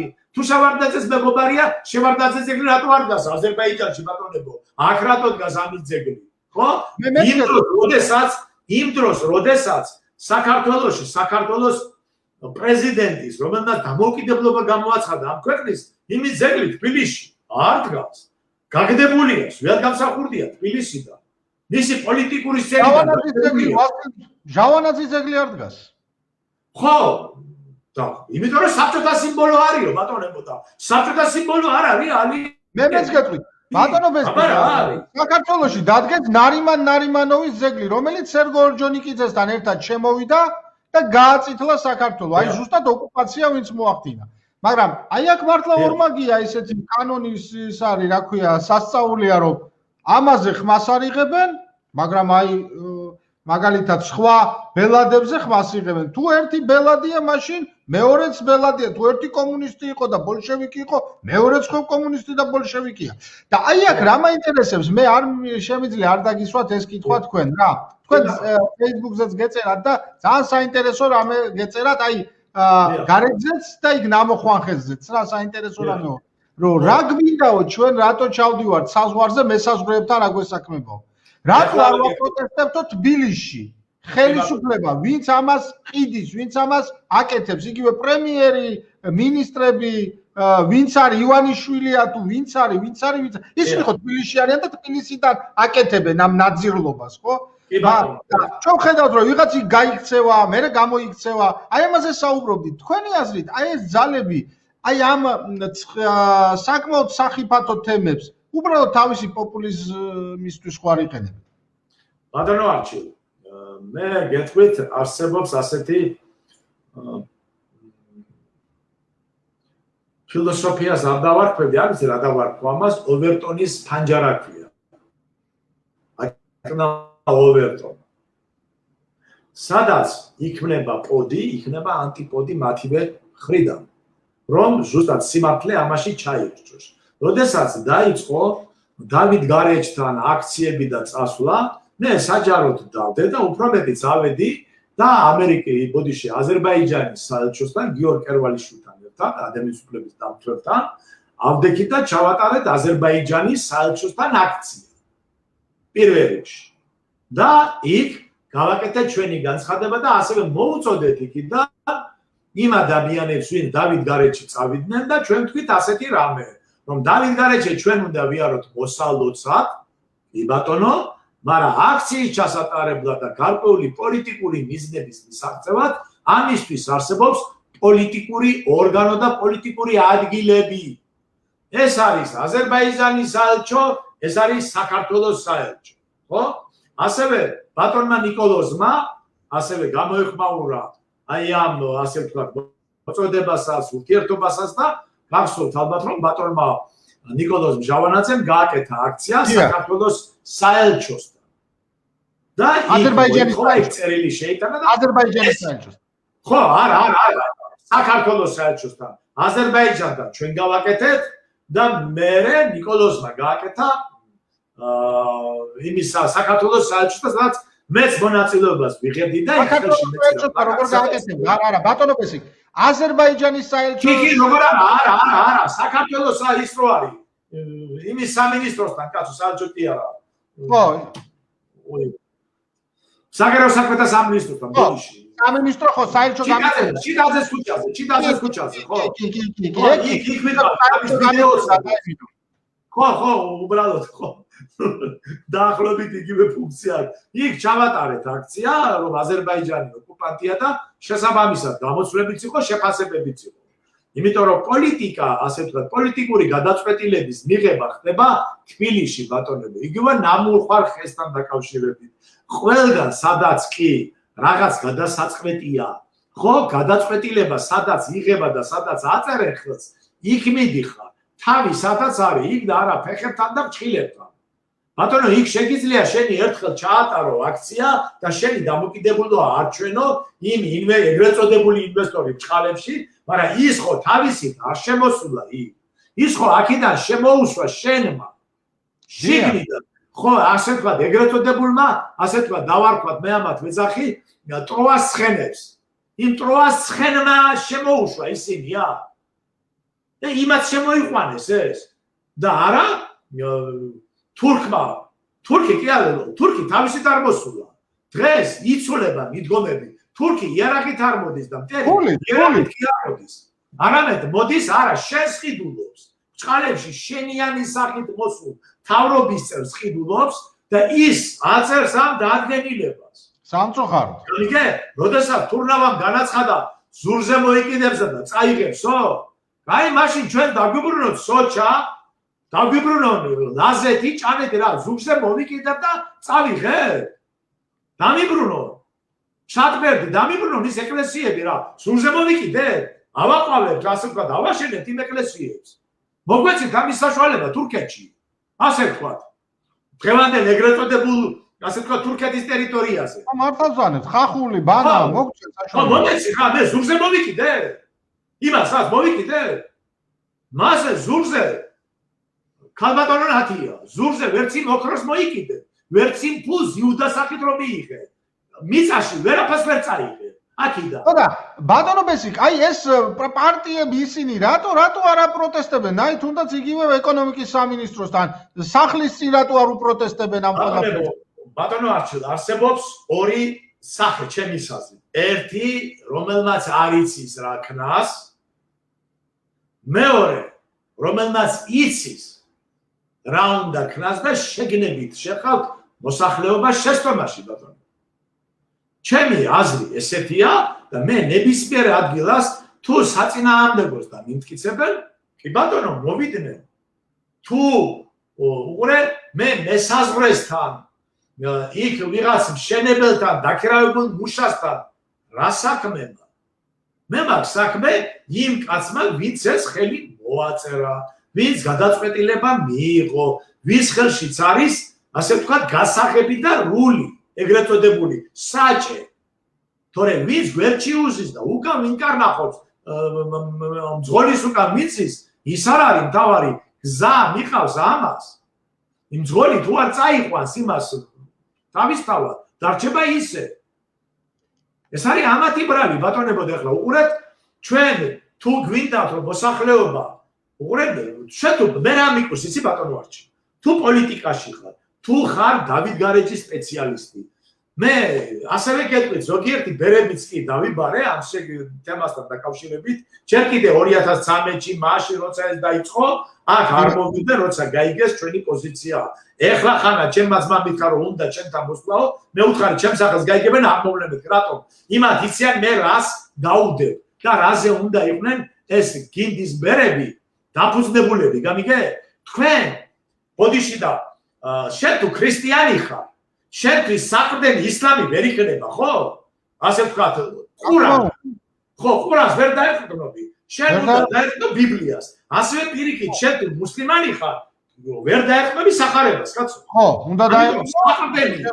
საყდენად ვისიღებ შემამაცხონებულო შევარდნაძე გამყიდოს უკანონო ხელისუფლებას რო იღებ საყდენად რა უნდა გალაპარაკო როდესაც თვით საბჭოთა კავშირმაც საბჭოთა სისტემამაც კი დავით გარეჯზე საერთოდ ახლოს არ იყო რატო უმალავ მოსახლეობას ამას რატო არ ეუბნები რა დღეში იყო ნუ თუ უფრო მეც გეტყვი ბატონო არჩი ეს დოკუმენტები არსებობს არქივში ყველა ორგანიზაცია მუზეუმი იყო გარკვეულწილად ბალანსით დებოდა ჩვეულებრივი ბალანსი ხო რომ აქ დაიხარჯა ამდენი რუსმანი ეს ის შეკედა იმიტომ რომ ფული გადაერიცხა ხო უხულოდ არ ხდებოდა მისვლა მოსვლა აქაც საუბარია რომ ითხოვდნენ იქ სახლებიც კი აეშენებიან ეს ხო საქართველოს ბიუჯეტზე იჯდა ხალხო დავით გარეჯის მთელი კომპლექსი აქ ასევე წეს ბაცაცაშვილი ჩვენის გამოვტოვეთ ადგილი რო ჩავიდა დავით გარეჯში რა უბნები ებარა მას ეგ ჩამოთვლილია ბერთუბანი და ყველაფერი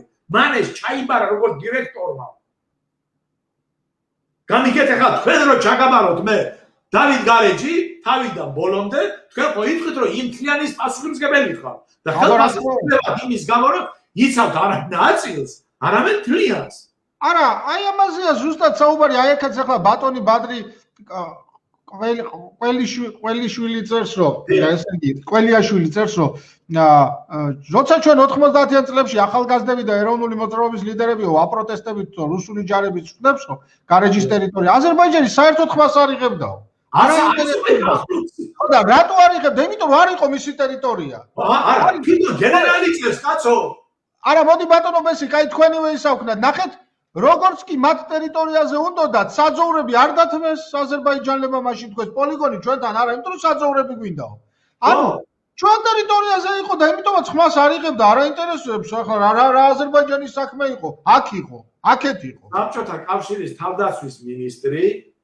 ისთვის ეს პრობლემა იყო და მას პროკურორმა დაიბარა ეს ადამიანი მას რო ქონებოდა ხელზე წამოსაკიდე აზერბაიჯანი იტყოდა ჩვენ იგეკითხებათ ეს აზერბაიჯანის ტერიტორია ის წერს პირდაპირ და გეუბნება პოლიგონიც კი თქვენს ტერიტორიაზე და თქვენმა ხელისუფლებამ მიიღოს გადაწყვეტილება მისი გადატანის და ჩვენ გადავალთ ჩვენ გადავალთ იგივე აქციაზე რო ვსაუბრობთ უყურე სწორი თქვა უნდა გადაწყვეტილება მოთხოვეთო უფროს და მე კი მომთხოვთო მაგრამ ამათ ეგონათ რომ ისინი იყვნენ მაგრამ იურიდიულად საქართველოს ქონდა უფლება ცეკას მდივანს ქონდა უფლება დაეკნებია საკითხი საბჭოთა კავშირში მაღლა რომ ეს ასე ვთქვათ ეს საკითხი გადაწყვეტილიყო შესასარგებლოდ გამიგეთ მორჩა ეგალი და ეგ ახლა ამას რა უნდა უყო ახლა ვინმე მომიტანს მაჩვენეთ მე თქვენ რო წერენ 24 წლის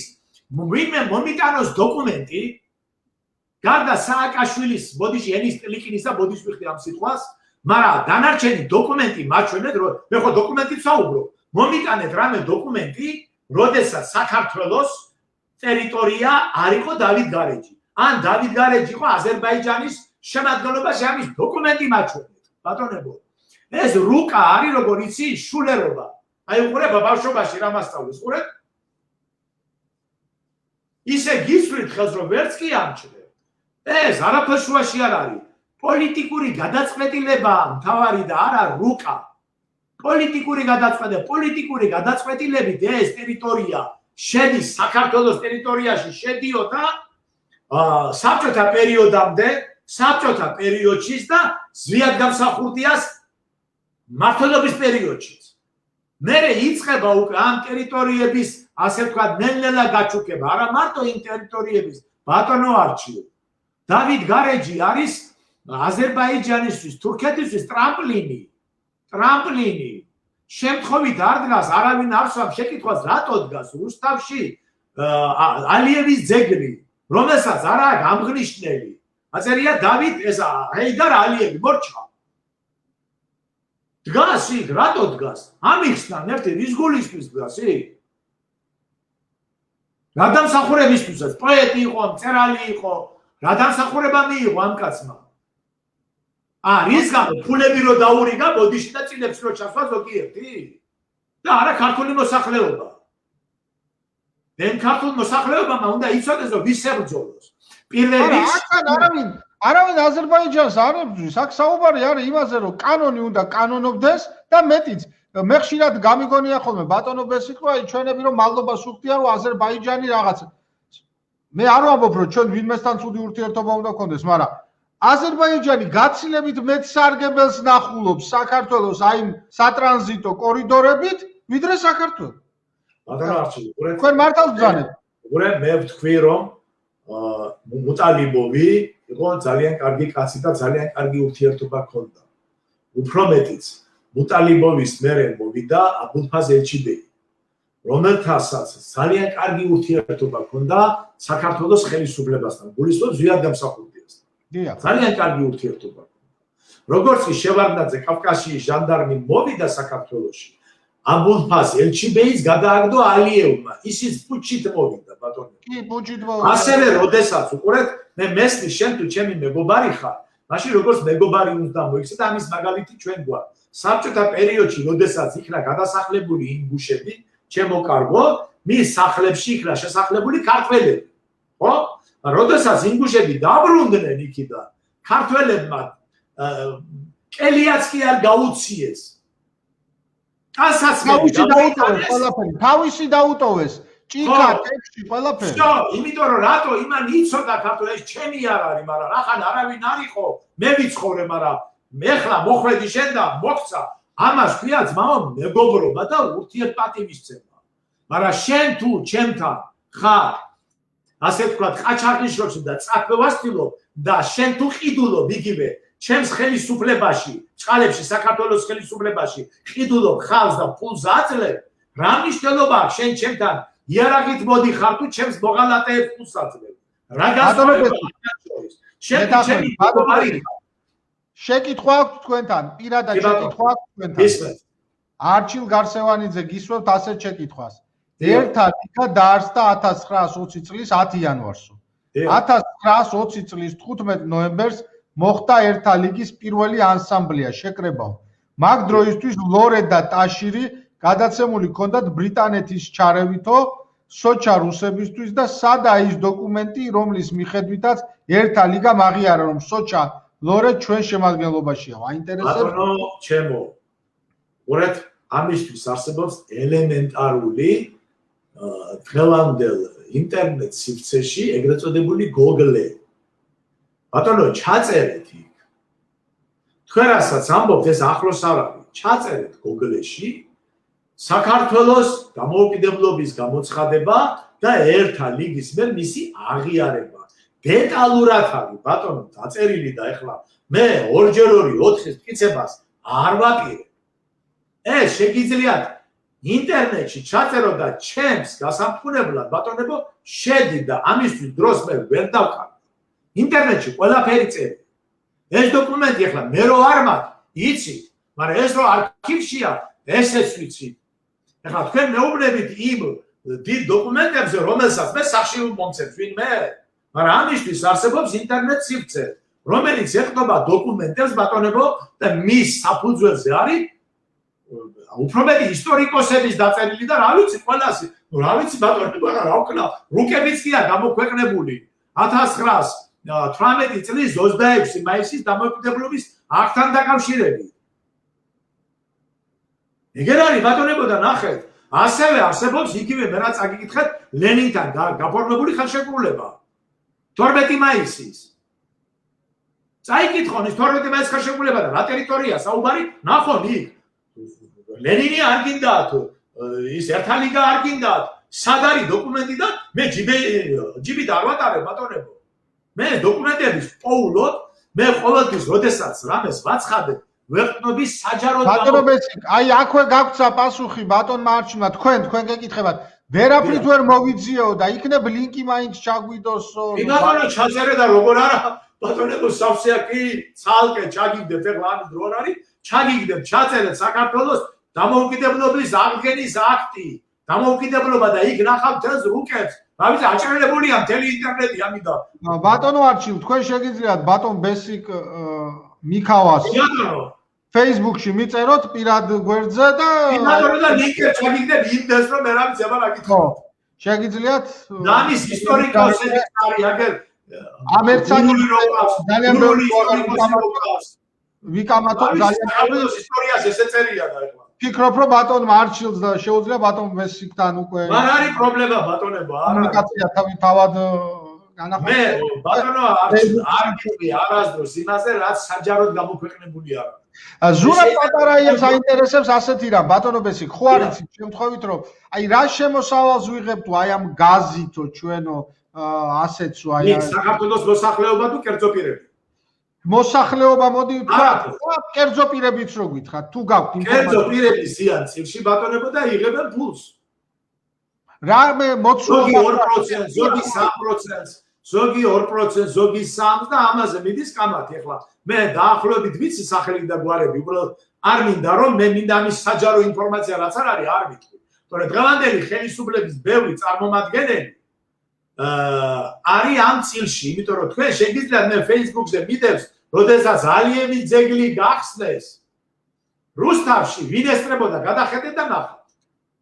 ბატონო მესიკ, მოდი ჩვენი აი გადაცემა ცოტა ბოლოსკენ მიდის უკვე საათვარზე მეტია ვსაუბრობ და მე მინდა ერთი შეკითხვა დაგისვათ. აი თქვენ აი ამდენი დოკუმენტები გაქვთ და ეს არის ზღვაში წვეთი ეხლა თქვენ რაზეც საუბრობთ. რა თქმა უნდა, არაფერი არა.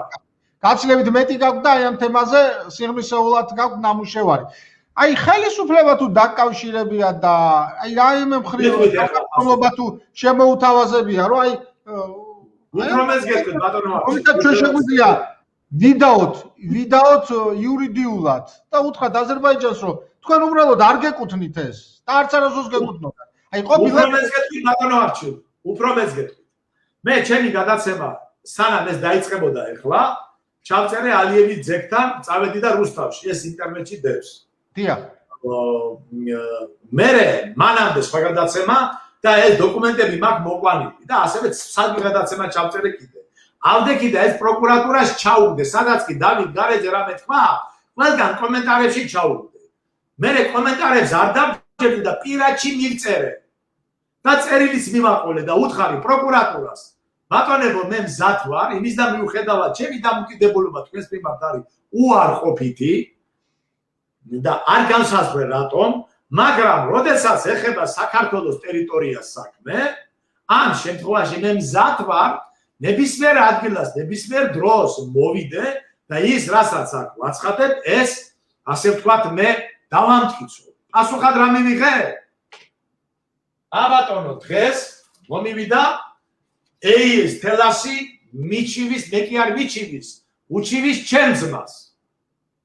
მეორეს გეტყვი, ხო, ცალკე თემა უჩივის, ასე ვთქვათ, შუქთან დაკავშირებით თქვენ იცით ალბათ რომ AES თელასი ის ასე ვთქვათ არის რუსეთის კომპანიის. მან ყავს რუსეთის მოქალაქე სამი RAOS-ი, არ არის რუსეთის მოქალაქე, მარტო რუსეთის სახელმწიფო კომპანია. დიახ. და მე სხვათა შორის როგორც უკანონო ხელისუფლებას 30 წელიწადია ფულს არ ვუხდი. მაგრამ რახან ამ დავით გარეთ შევეხტე, ეხლა გაახსენდა ეს, თუმცა რამოდენიმე წლის უკან 2-4 წლის უკან მიჩივლა მე. მაგრამ მე სასამართლოზე ასე ვთქვათ გაუქარწყლე ყველაფერი, როგორც მე 9 აპრილის მონაწილე, მე ვუთხარ რომ მე რუსებს არ გადაუხდი ფულს, რამე თუ მათ მე დამაზარალეს, მეორე ჯგუფის ინვალიდად მაქციეს, თავიანთი გაზით და კიდე ახლა გაში ფული უხადოთ ხო? რო ნახეს რომ მე პოლიტიკურად ვერ მომიგებდნენ. საოცრება ბინა ჩემია. ჩემ ძმაზე აღზრეს საქმე. ჩემს მას უჩივია. უფრო მეც გეტყვით, ეხლა მანამდე კიდე რამოდენიმე დღის უკან გამომიგზავნეს აღსრულების ბიურომ, ესეც აქ მიდეს არ ვაპირებდი ამ თემაზე, გამომიგზავნა ვიღაცა კომპანია, თურმე დირექტორი ყოფილა და მე უნდა გადავიხადო 3000 ლარი 10 წლის განმავლობაში თუ არა და მიტირებენ რომ დაურეკე ხალხო. რეში შედით ნახეთ მე ამ კომპანიის დირექტორი არ ვარ. მე რა შუაში ვარ. ესე იგი დაიწყეს მათ შემოტევა ამ კუთხით. ბოდიში და სადიყავი აქამდე ეხლა გაგახსენდა რა მე. მაგრამ ეს არის ერთ-ერთი ზეწოლის საშუალება, თავისკვით ეხლა გონიათ რომ მე ეს გამაჩერებს ბატონებო. ვერ ეხსებით, იმიტომ რომ ხელისუფლება დღევანდელი რო იყოს დაინტერესებული ბატონო არჩი, მაგალითად წერეთელი რო არის ნაცი, ჩემ თვალწინ არის, ჩემ თვალწინ მისცეს ეს წიგნი 2008 წელში. რა ქვია წერეთელი რო არის? გიგი წერეთელი? გიგი წერეთელს. დიახ. ჩვენივრად იციან ხელისუფლებამას და ყველა ეს არა მარტო ხელისუფლება. ეკლესიამ არის ის ვისი საკუთრებაა დავით გარეჯი. რა საპატრიარქოში არა აქვს დოკუმენტი ეს რომელიც საბჭოთა საქართველოს ჯერ კიდე გადასცა მას საკუთრებაში. მე უფრო მეც გეტყვი ზვიად გამსახურდია არა თუ შენობები. არამედ ტერიტორია მიწებიც კი რომელიც ეკლესიას ეკუთვნოდა მანამდე ასე ვთქვათ მეშევიკების პერიოდში ის მიწებიც გადასცა საკუთრებაში ოფიციალურად. ხალხო რა არა აქვს დოკუმენტი. ბოდიში და მე ესე ვთვლი რომ ის სინოდი შეიკრიბა აი ამ გადაცემის მერე რომელიც მე გავაკეთე ობიექტივზე. ვინ გეკითხება შენ? რა შენი საქმეა? ჯერ კიდე გადაწყვეტილება არ მოხდარა, არ მეუხედა რო უთითებ შენ 96 დაიყარიო. რატო უნდა დაემხოს? ასევე არის ძალიან მნიშვნელოვანი დოკუმენტი. ხელი მოაწერაო ორმა ლეგიტიმურმა ორგანომ. რომელი იყო ლეგიტიმური ორგანო? ედუარდ ჩევარდნაძე? ერთი გამაგებიო თუ ალიევი იყო ლეგიტიმური. შენ რატო შედიხარ ამ თემაში თუნდაც საპატრიარქოს რა შენი საქმეა? ლეგიტიმურია თუ არა ლეგიტიმურია? მაშინ მოდი და მითხრას თავიდან ბოლომდე. შევარდნაძე 92-ში ლეგიტიმური იყო თუ არ იყო ლეგიტიმური? რატო უსვამს ხას? შევარდნაძეს 96 წელს ლეგიტიმურია საპატრიარქო. ეხო საპატრიარქოს საქმე არ არის. საპატრიარქო ხო დამოუკიდებელია სახელმწიფოსგან. უფრო მეტიც ბატონებო, რა უფლებით ერევა იმ საქმეში? რატო? იმიტომ რომ წილებს იღებენ მისი სამდელოების ნაწილები სოკარიდან ცალკე? არა მარტო გაზის აწვის უფასოდ. მე მაგალითად საჯაროდ ვიტყოდი ყოველგან გაზზე როგორც კი დავით გარეჯს ემუქრება აზერბაიჯანი, ასევე მე რა მინდა იცი თქვა, დღეს გადაღებული თემაა ყველას მხრივ. აზერბაიჯანი ჩვენი სტრატეგიული მოკავშირეა. სტრატეგიული მოკავშირეს განსაზღვრება ინტერნეტში არის ასეთი. ორი სუბიექტი, არა მნიშვნელობა ცოლი იქნება სახელმწიფო თუ კომპანია, ერთი მიზნისთვის იბრძვიან ერთობლივად. აზერბაიჯანი არის SNG-ს წევრი. ხო ეგრე? პუტინის მეგობარი ძმაკაცი. პუტინმა დაუბრუნა მას ყარაბაღი ბატონებო. ასე. ეგავიგე, თქვენ თუ პუტინს ებრძვით. თქვენი მეგობარი ალიევი როგორ არის? ალიევის ცოლს პუტინმა ახლახან გადასცა ორდერი. ოფიციალურად. მე ინტერნეტში დევს, უფრო მეტიც. ახლახან იყო შეხვედრა პუტინის, ფაშინიანის და ალიევის და იქ იყო საოცარი სცენა რა. პუტინი როგორ კამანდობდა აგერი, აბა შენ ახლა თქვი ძმაო ეს, აბა მოდი ახლა შენ თქვი ეს და ორივე ბატონო არჩევ რა მენიშნა მე. ორივე მადლობას უხდიდა პუტინს. ყარაბაღის ომის მერეა საუბარი ხალხო, რაში უხდის აზერბაიჯანი მესმის. აზერბაიჯანის ტერიტორია დაიბრუნა, ხო? ფაშინიანი რა მადლობას უხდის პუტინს გამაგებია ეხლა. რა საიდუმლო გარიგებაზეა საუბარი. ჩვენ ხო არ გვაქვს ეგრეთ წოდებულ ყარსისხარშეკულებასთან ახალთან საქმე. ასევე იქ საუბარია რომ ჩვენ რეგიონშიო შევცვლითო ეხლა სიტუაციასო არაბობენ კავკასიაში. რეგიონში ვისთან ქართველების უბისო? თუ რაშია საქმე? და როგორ არის თქვენი სტრატეგიული თანამშრომელი აზერბაიჯანი, როდესაც ის რუსეთის ხურმოჭრილი მონა სრული ამ სიტყვის მნიშვნელობით. მისი სტრატეგიული თანამშრომელი კი არ არის, მისი დავალების აღსრულებელი ალიევი. აზერბაიჯანს ამ გულისხმობ ალიევის ხელისუფლებას, რომელიც ასევე ოლიგარქია. აზერბაიჯანში როა ჩემო კეთილო კორუფცია და ალიევის მაფია ესეთი მსოფლიოში არ არსებობს. საქართველოში რა არის მონაგონია. ეს ყველა მიცის, ასევე ბოდიში და აქ რო ეგრეთ წოდებული ოპოზიცია ნავალნის რო იცავს. აზერბაიჯანში არსებულ ოპოზიციას, ვინც ალიევს ებრძვის, იმის მხარეს რატო არ არის? ეს ხო ოლიგარქია ალიევი, კაცო. თუ როგორ არის ეს ჩვენი ოლიგარქია? მასალა ბანკოის მუხტალი დაიჭირეს კაცი და კაცი დაიჭირეს, ჩაიყვანეს, გადასცეს საშინელ დღეში გაატარეს პრესში რა. ვიცი, საბჭოთა კავშირში იყო ხო გახსოვთ ის ეტანაშ სუკინსინო რა? ესა თუ მათია, ვერ გავიგე. აქ მიდის რამოდენნაირი ორმაგი, სამაგი თამაში ბატონებო და გათხოვებენ თქვენ. დავით გარეჯი კი არა, გაყიდულია მთლიანად საქართველოს საუბედურო. რა გვეკუთვნის ჩვენ მითხარით ახლა ჩვეულებრივ მოსახლეობას. საქართველოში რა გვეკუთვნის? ოქრო გვეკუთვნოდა ან სადმე რამე წიაღისეულია შეიგეკუთვნის? თუ რა, ვინმე საქართველოს მოსახლეობას იმ სიმდიდრე რაც კი საქართველოს გააჩნია, უმსუფუქდება რამე მდგომარეობა? ესე იგი ბატონო ბესიკ, მოდით ასე შევხედოთ რა. სულ 20 წამით მე ვიტყვი ესე იგი. ოქრო რუსების ხელშია. ნავთობი და გაზი, ესე იგი და მთელი კორიდორები აზერბაიჯანს აქვს წაღებული. ტერიტორიები რუსებს მიტაცებული აქვს. აქეთკენ ესე იგი ესენი გავისმენთ, ესენი ბორჯომი, ესე იგი ბორჯომი რო ბორჯომია რო გვეგონა დამოუკიდებელ საქართველოს, ისიც რუსების ხელშია. ისიც აღარა. ერთი წამი უნდა ჩაგერთოთ ბატონო არჩილ, როდესაც ხაზარაძე ლაპარაკობს ევროპულ საქართველოზე და ევროპაზე, მისი ოფისი მოსკოვში როა. ბორჯომის ოფისი ბორჯომს საქართველოსთან ვერ გაიტან, თუ მოსკოვში ოფისი არ ჩააწყობს საქმეს. ეგრეა ზუსტად. სათაო ოფისი არის ბორჯომში. რუსებს მიყიდა ამ კაცმა, რუსებს მიყიდა. ხო და არა, რა იმაზე მელაპარაკებიან ეგენი. სხვათა შორის ერთ რაღაცს მინდა გაგახსენოთ. ფინეთის პრეზიდენტი დღე და ღამ სტალინს ლანძღავდა. ესე იგი გამარჯვებას რო ამბობდა სტალინს რაძღავდა. როცა გაიხსნა არქივები, სტალინის ყავდა პირდაპირ და ვერ მოკებული. pirდაპირ სტალინის კაცი იყო. ხო. სხვათა შორის ერთხელ ვანო მერაბიშვილმა თქვა, რომ ძალიან რო აგინებდნენ, ვინცმე ყველაზე მაგრად მაგინებსო, ის ყველა ჩემია. ვანო მერაბიშვილმა ეს შეგიძლია ამოიღო. ბატონო ბესო, მე ერთი საკითხი მინდა, აი, უბრალოდ თქვენი მოსაზრებაც მაინტერესებს ამასთან დაკავშირებით, ხო?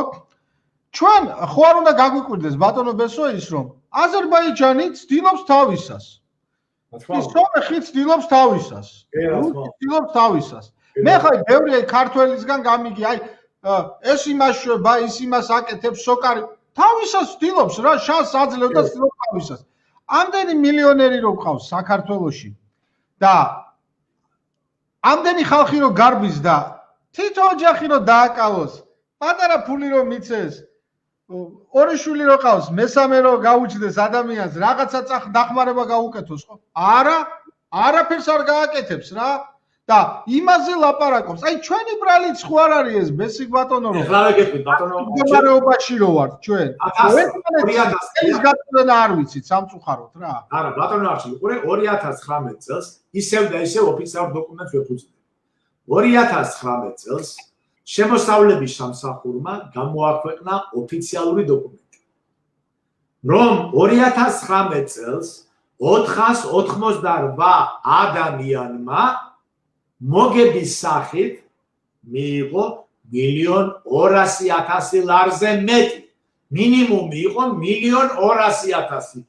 488 ადამიანმა. ეს არის ოფიციალური მონაცემი, ესე იგი ოფიციალურად ვინც ლეგალურად ფული მიიღო, ბატონო არჩილ, არ ვიცახი, შავი ფულით რო გახდე მილიონრები. ოფიციალური გზით გამხდარი 488 მილიონერი. ანუ შავი გზით რამდენია ერთი ის აკეთება, ეს არის ოფიციალური მონაცემები, რაც შემოსავლების სამსახურში დაფიქსირდა. ასე ვთქვა, დივაჭრა ეს და მოგების სახით მიიღო 1.200.000. რაც ლეგალური ფულია, მის და ჯიბეში ჩაიგდო და ვერ შეედავები. და კანონიერად აქვს მოპოვებული. ცალკე რამდენი მოიპოვა სხვა თემა, მაგრამ ეს არის ოფიციალური მილიონერი. ეს არის საჯარო ინფორმაცია, არაფერს არ მიგონებ. ისევ ჩაწერეთ ინტერნეტში და ნახავთ. ჯერა, თქვენი არ უნდა რატო? ხო, არა, ხო, აქედან გამომდინარე, უყურეთ, ეს ხალხი კვერს აქ არ დებს. კვერს დებს უცხოეთში. დებს სხვადასხვა სახელმწიფოებში. ისევე ბევრი კომპანიებია, ბატონო არჩილ, რომელიც შემოდიან საქართველოში, ერთი პერიოდი ხასტრანზრაზი რო იყო, იმის უკან ქართველი იდგა. მე არ გამიკვირდება, რომ ნამუხვალ ხესის უკან იდგეს ქართული ფული. იმიტომ რომ მას არ აინტერესებს მომავალი, ასე ვთქვათ, რა იქნება. ხო? მის უკან დგას ფული რატო გახდა? მოდი ამაზე ვთქვათ აუცილებლად ორი სიტყვა. რატო არის დღეს მნიშვნელოვანი და აქტუალური თემა ჰესების საკითხი? მალე დადგება ბატონო რომ როდესაც ბენზინი და ნავთობი აღარ იქნება, გულისხმობ, არ იქნება აქტუალური.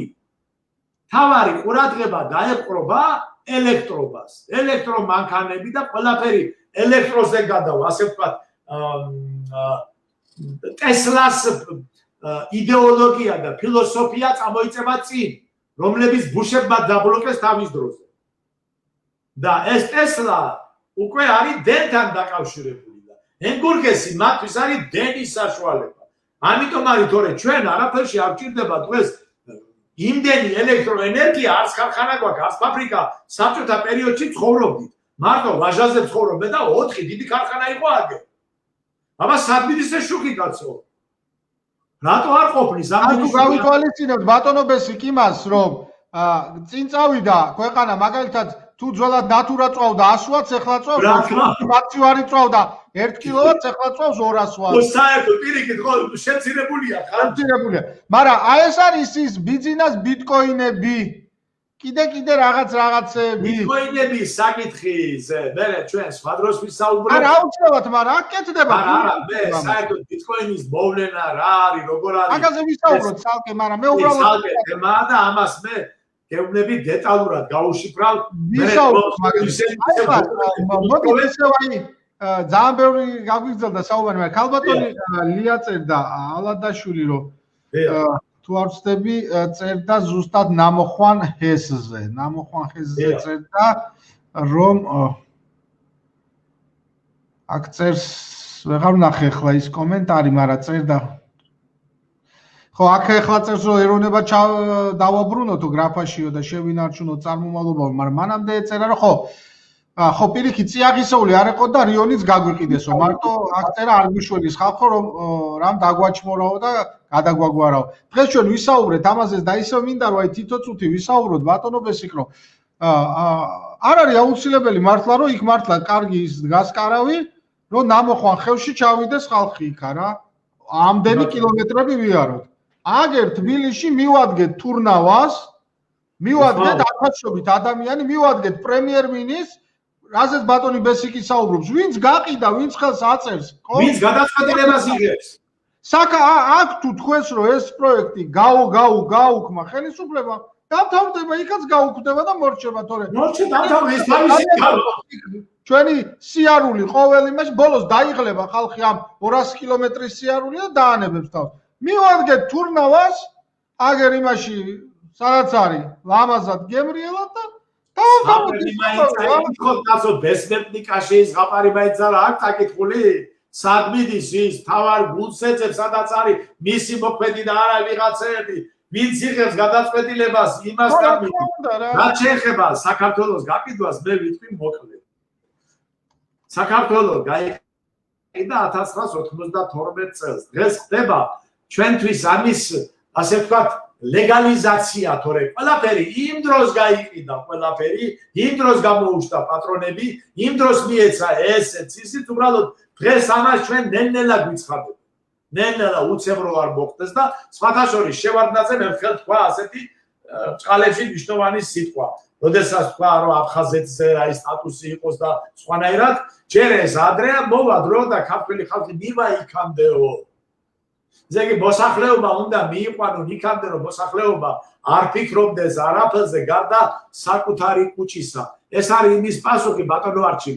ის კი არ არის საქართველოს აყვავება ძნელი აყვავებული და ფინანსურად დამოუკიდებელი ადამიანი იღებს დამოუკიდებელ გადაწყვეტილებას რომელიც არ არის მიჯაჭვული ფულზე და დღევანდელ კურსზე და თუ იმ ადამიანს ელემენტარული საარსებო საშუალება ის ადამიანი ასე ვთქვათ უკვე იფიქრებს სხვა რამეზეც ამიტომ საქართველოს მოსახლეობის ასე კაცო გერმანიაშიო დაგასაქმებთო იქო მოგაკრებიებთო ბიჭო აგერ გახსენი შენ აგერ აშენე ნიცის მეტი რაღა სირცხვილი არა თურქეთის პარლამენტის საბჭოთა კავშირზე ბატონო ბესიკ რანაირადაც საბჭოთა კავშირზე ჩვენ ცუდს არ უნდა ვამბობდეთ და ცუდი იყო როგორ შეიძლება უღმერთო ქვეყანა ყოფილიყო კარგი ხო და ოკუპანტი მაგრამ რა თქმა უნდა, რაზეა ლაპარაკი? სამხედროები ჩამოყავდათ აფხაზეთში ქართველებს და მანდარინის და ციტრუსის ბაღებში ამუშავებდნენ. მაიორები და კაპიტნები კრიფავდნენ ქართველების ბაღებში მანდარინს, იმას რა ქვია, პორტოხალს, ლიმონს და ამას მერე ყიდდნენ ჩვენები და დღეს ესე იგი წარმოიდგინეთ, რომ ქართველი კაცისთვის გახდა თურმე დიდი ამბავი, რომ გერმანელებმა, რომელად მოდი ყველაფერს თავი დავანებოთ, აგერ სულ 60 წლის უკან, 70 წლის უკან 300,000 კაცი მოგვიკლეს ბოლო და ბოლო ფაშისტებმა, ხო? და ფაშისტები ყველა გერმანელებს ბერია მააშებია თარობის სახლი. ხო, და მარტო თარობის სახლიც არა, ბევრი რამე, ხო? ჩვენ ჩავდივართ ახლა იქ და კურტნის მუშებად უნდა დაუდგეთ, კურტნის მუშებად და ეს რა დიდი საქმე ყოფილა თურმე რა. ეს რა საქმე ერთი რაღაც მინდა მე თქვენ გითხრათ და 2 წუთი მომეცით რაზე. კი მოსახლეობა დასასრულისკენ წავიდეთ, თორე ძალიან კი, ორი რატო ისი მოსახლეობა რომ მართლაც რა აი ბესომიკავამ ვაფშე შეგვაშინა საერთოდ და ვაფშე სასწორებაში ჩაგვაგდო. ესე იგი ხო არის გამოსავალი. ესე იგი რა არის ხსნა, რითი უნდა გადავრჩეთ, ხო? მაგალითად რუსეთის იმპერია დღესაც ლენინის ხელშეკრულებას, იგივე თურქეთის იმპერია ყარსის ხელშეკრულებას ეკიდება და ნებისმიერი რა თუ რამე ხელშეკრულება სათავისოა, ყველას ეკიდებიან, გამიგე? და როდესაც საქართველოს ყავს ლეგიტიმური ხელისუფლება, რომელიც გამოაცხადა დამოკიდე, რომლის ასე ვთქვათ, აღიარებით ჩვენ ყველა პრობლემას ვიხსნით. ამიტომ მე წაგიკითხავ ჩვენს დამოკიდებულებას, რითი შეიძლება ჩვენ გადავრჩეთ და ამ ყველა უბედურებისგან თავი დავიხსნით.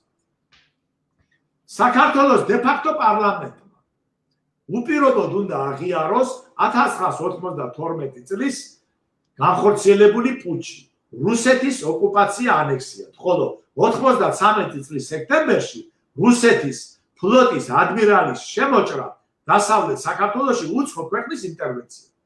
მეორე, გადადგეს დღევანდელი დე-ფაქტო ხელისუფლება, აღდგენილი იქნას 1991 წლის 9 აპრილის დამოუკიდებლობის აღდგენის უზენაესი საბჭო, ამით ქვეყანა მოიშორებს ყველა იმ უკანონო ხელშეკრულებას, რომელიც დადო საოკუპაციო რეჟიმის კანონმემკვიდრე ეგრეთ წოდებულ არჩეულმა ხელისუფლებებმა 1992 წლის 6 იანვრიდან. საქართველოს დე-ფაქტო ხელისუფლებამ 1992 წლის 13 მარტის დადგენილების საფუძველზე იმოქმედოს და მასთან შესაბამისობაში მოიყვანოს საქართველოს დამოუკიდებლობის აღდგენის აქტი, რომელიც მიღებული იქნა 1991 წლის 9 აპრილს, 1991 წლის 31 მარტის რეფერენდუმის საფუძველზე. გადადგეს დღევანდელი დე-ფაქტო ხელისუფლება, გადაწეს მმართველობა დე-იურო ხელისუფლებას. ეს იგივე უყურე თუ ეს შეძლო 70 წელს გაბატონებულმა საბჭოთა ხელისუფლებამ. ხა თქვენ იცით რა დონის ძალაუფლება გააჩნდა საბჭოთა კავშირს თავის უშიშროებით, ხო ეგრეა? და წარმოიდგინეთ, მაშინ კომუნისტებმა გადადგეს ეს პოლიტიკური ნაბიჯი და გააუქმეს ყველა ხელშეკრულება. თუმცა არც იმათ ეხატებოდა გულზე ის მენშევიკული მთავრობა, ხო ეგრეა? დღესაც თუ უნდა ქვეყანას გადარჩეს, ხო? ეს ასე ვთქვათ, ოქროს საწმისი, ეს უდიდესი იარაღი, მშვიდობიანი იარაღი, ათექი და აიღე ხელში ბატონებო და დამთავრდება ნამუხვარესიც, რა ქვია, დავით გარეჯიც ყველა, რამე თუ დღესაც საქართველოს გაეროში იურიდიულად დაფიქსირებულია 1918 წლის 26 მაისის დამოუკიდებლობის აქტის საფუძველზე. 2 წუთით ამიტომ მოხდა ამ დროშის გაუქმება სააკაშვილის მიერ, იმ ჰიმნის გაუქმება, ასევე მინდა დავუმატო ბუტროს გალი რო ჩამოვიდა საქართველოში, მამძანა ასეთი ფრაზა: საქართველოს სახელი უნდა შეეცვალოსო.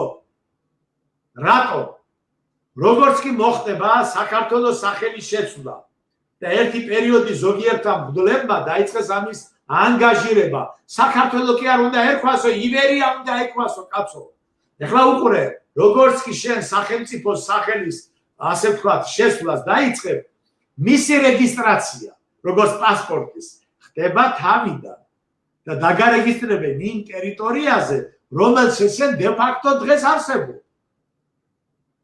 აი მზადრული გეგმა საითკენ მიდის სააკაშვილის დროშის, ჰიმნის და მომავალში დაიმახსოვრეთ, შეიძლება დღეს ეს ბევრს არ ჯეროდეს, მაგრამ საქართველოს სახელმწიფოს სახელის შეცვლით არ აქვს მნიშვნელობა. რა სახელით შეიცვლება? იმიტომ რომ დღესაც თქვენ რო წახვიდეთ გაეროში ბატონებო, ყველა სახელმწიფოს აქვს მინიშნებული თავის ტერიტორია, თავის დოკუმენტურად. და იქ საქართველო დაფიქსირებულია იმ ტერიტორიაზე. მე თქვით რატო არ ერევა გაერო? გაერო არ ერევა ორ სახელმწიფოებს შორის მიმდებარე ურთიერთობებზე, რამე თუ აგერ შევარდნაძე ეგრეთ წოდებული ხელშეკრულება დაუდო. გამიგეთ? მაგრამ შენ თუ აიღებ ამ დოკუმენტს ვერ შეგედაება ვერავინ, იმიტომ რომ ეს იურიდიული დოკუმენტია. ჩვენ თუ ბოდიში და გავიძახით რომ უკანონო ხელისუფლების გულისხმობ კარსის ხელშეკრულება ვინც დადო, არც ერთი ლეგიტიმური არ იყო. იმას თუ აღიარებ შენ მამაცხონებულო, შენ კანონიერად რეფერენდუმი და არჩეული ხელისუფლება ყავს. იმას რატო არ აღიარებ? იმის დადგენებას რატო არ იყენებ? შენ თუ დავით გარეჯი გიყვარს, რაც არ უნდა ზვიად გამსახურდია გუწუნდეს. რატო არ იყენებ ამას? რატო არ იყენებ ამ წიგნს, სადაც ეს ყველაფერი წერია? რატო არ იუბნები აზერბაიჯანელს რომ შენ ძმაო, ცდები ვიღაცა ტერი შენ გაქესებ ჩემ წინაამდე? იმიტომ რომ შენი ეს არასდროს არ ყოფილა და იმანაც იცის. ეხლა ხო იცით ვიდეო გამოჩნდა რომ უკვე აზერბაიჯანმა დავით გარეჯი გამოაცხადა მის კულტურულ მემკვიდრეობა. რატო გიყვი? მე ეს ნაწილი კი არ გამოაქვეყნა, მთლიანად გამოაქვეყნა. მე ცოტა ხანში იმასაც შეგედავებდი იმ დანარჩენ ნახევარსაც. თორე ის ჩემი თუ კულტურული ბატონობესი ძალიან საინტერესო საუბარი ქონდა, ეგ ბოლო კითხვა მეტის ნუღა დაწერენ ვინაიდან უკვე აი 2 საათი გახდა რამის რაც საუბრობდა. ბატონ შოთა გოგოს აინტერესებდა აფხაზეთის აღიარებაზე რა სიტყვის რუსეთის მხრიდანო. მე პირადად მეც გეტყვით რომ ოკუპაცია და ანექსიის მცდელობა და აბსოლუტური ძალმომრეობა რა შეიძლება ითქვას. რავი თქვენც ისმენთ. რაც შეეხება მე არსადარ დამიმალია საქართველოს რუსეთი ოკუპანტია არა 2008 წლიდან შემოკარგებო როგორც სააკაშვილი გათხოვეთ. 2008 წელს საქართველოს ოკუპაცია ანექსია არ მომხდარა. 2008 წელს მოხდა საქართველოს ტერიტორიის მიტაცება. ეს სხვა რამეა. ოკუპაცია ანექსიის პერიოდში მთელ სახელმწიფოს იპყრობენ. გამიგეთ და ხდება ხელისუფლების ცვლილება. მაგრამ ტერიტორია რჩება. ამას ქვია ოკუპაცია ანექსია. როგორც მიტაცება. პირდაპირ მიტაცება. ეს იყო ტერიტორია წაგართვა. მაგრამ ოკუპაცია იქნებოდა ბჭყალებში რო აიღო თბილისი სიტყვაზე. მაგრამ ორჯერ ხო არ მოხდებოდა, ერთხელ აღებული ქონდა. აქ უკვე მან ტერიტორია მიიტაცა. ოკუპაცია მოხდა 1992 წელს და 93-ში ეს გაფორმდა როდესაც ბალტინის ჯარი ოფიციალურად შემოვიდა ფოთიდან, ბატონებო. რუსეთის არმია შემოვიდა, ხალხო, ფლოტი და იმან მეორეჯერ დაამხო კანონიერი ხელისუფლება დასავლეთ საქართველოში. ოფიციალურად თავის პირით ამბობს, ეგრე ვიდეოები დებს ხალხო. და აბა როგორ მოხდა, მაგრამ უკვე სააკაშვილს ზუსტად ეს არ უნდა ამის აღიარება. დიდი მადლობა ბატონობესი. ძალიან საინტერესო საუბარი გამომივიდა. მადლობა თქვენ ბატონო არჩილ. დიდი მადლობა. ხშირად მოგცემთ ამის საშუალებას, ჩვენ ვისაუბრებთ სხვადასხვა თემებზე, სხვადასხვა დროს და ძალიან საინტერესო იყო, ვფიქრობ, დღევანდელი საუბარიც. მე ასევე მინდა მადლობა გადაუხადო ყველას, ვინც გვისმენდა, ვინც შეკითხვები დასვა. ვთხოვო კიდე ერთხელ რომ მაქსიმალურად გააზიარონ გადაცემები, ვინაიდან კიდე ერთხელ რომ ეს არ არის არც ჩემი გადაცემა, არც ბატონი ბესიკის, ყველა ვარ ჩართული ამ ჩვენ გადაცემებში და ვინაიდან ჩვენ მართლაც ესე იგი მხოლოდ და მხოლოდ სოციალური ქსელით ეს არც ერთ პარტიას არ ეკუთვნის, არც ერთ ოლიგარქს და ამიტომაც არის რომ საუბრობთ იმას, რასაც ვფიქრობთ. არ მოგწონს სააკაშვილი, ვამბობთ სააკაშვილზე, არ მოგწონს შევარდნაძე, ნებისმიერ ჩვენს აქ დამუდადებული თემა არ არსებობს. საპატრიარქო გააკეთებს სულს და ვერ მოიქცევა სურათ ვიტყვით იმაზეც აუცილებლად. არავის ხელს არ დავაფარებთ, იმიტომ რომ სამშობლო არის პირველი. და ესე ხელების დაფარება მიგვიყვანა დღეს იმ დონეზე, რაზეც ასევე გზად ვართ, არარიასველი გვეკუთვნოდა და დღეს თურმე ვეხოცებით ჩიჩხიტურის მონასტერი მოგვეცი და ვერტუბანზე საერთოდ არ ველაპარაკებთ. ნუ სამარცხვინო თემა. უღრმესი მადლობა ბატონო ბესიკ, უღრმესი მადლობა ჩვენს მენელს. და პირველ რიგში, რა ვიცი, აი ამ პანდემიის დროს, აი ამ გაჭირვების დროს ყველას გისურვებთ ჩემო საყვარელო ხალხო, ჯანმრთელობას და ბედნიერებას და უფლის წყალობით ვფიქრობ, რომ დავდგებით ისო ფეხზე და არამც თუ ბერთუბანი შეიძლება გაცილებით უფრო დიდ ტერიტორიაზე გავიშალოთ ქართველები. თავარი ერთმანეთის პატრიოტიზმი ბატონო არჩილ მე თავში მინდოდა ეს მეთქვა სიმბოლურია დღეს ჩვენი გადაცემა რატო დღეს არის მირქმა არის ჭეშმარიტება სიმონ მირქმელმა ჭეშმარიტება მიირქვა ჩვენ თუ ჭეშმარიტება არ მივირქვით და არ ავიღეთ და არ მივიღეთ ის ჩვენ უნდა მივცეთ მაჰატმა განდი ბძანა რომ ინგლისელებმა კი არ დაგვიპყრესო ჩვენ მივეცითო ინგლისელებს ინდოეთი ჩვენ ვაძლევთ ბატონებო საქართველოს ტერიტორიებს ხვას ის როგორც თქვენთან დამპყრობია დღეს თუ ხვალ და ნუ ფიქრობთ რომ ვინმეს ეს ლამაზი ქალი შეთვის უნდა თავისთვის უნდა ეს ულამაზესი ქალია საქართველოს ტერიტორია და ეს თავიანთვის უნდა და ჩვენ უნდა არ მივცეთ ეს ჩვენ უნდა დავიცვათ ეს სხვა ამას არის ჩვენს გასაკეთებელს არის გასაგებია მადლობთ ყურადღებისთვის ნახვამდის გადაცემა დიდი მადლობა ბატონო ბესიკ და კიდევ ერთხელ დიდი მადლობა ჩვენს მენელს ნახვამდის ჩვენ შევხვდებით ასევე მინდა გითხრათ ხუთშაბათს საღამოს 11-ის ნახევარზე წინა დღეს ჩვენ გვერდზე დავდებთ ჩვენ ანონს და გეცოდინებათ თუ ვინ იქნება ხუთშაბათს ჩვენი გადაცემის სტუმარი კიდევ ერთხელ ნახვამდის და გისურვებთ მშვიდობას ჯანმრთელობას და ბედნიერებას ნახვამდის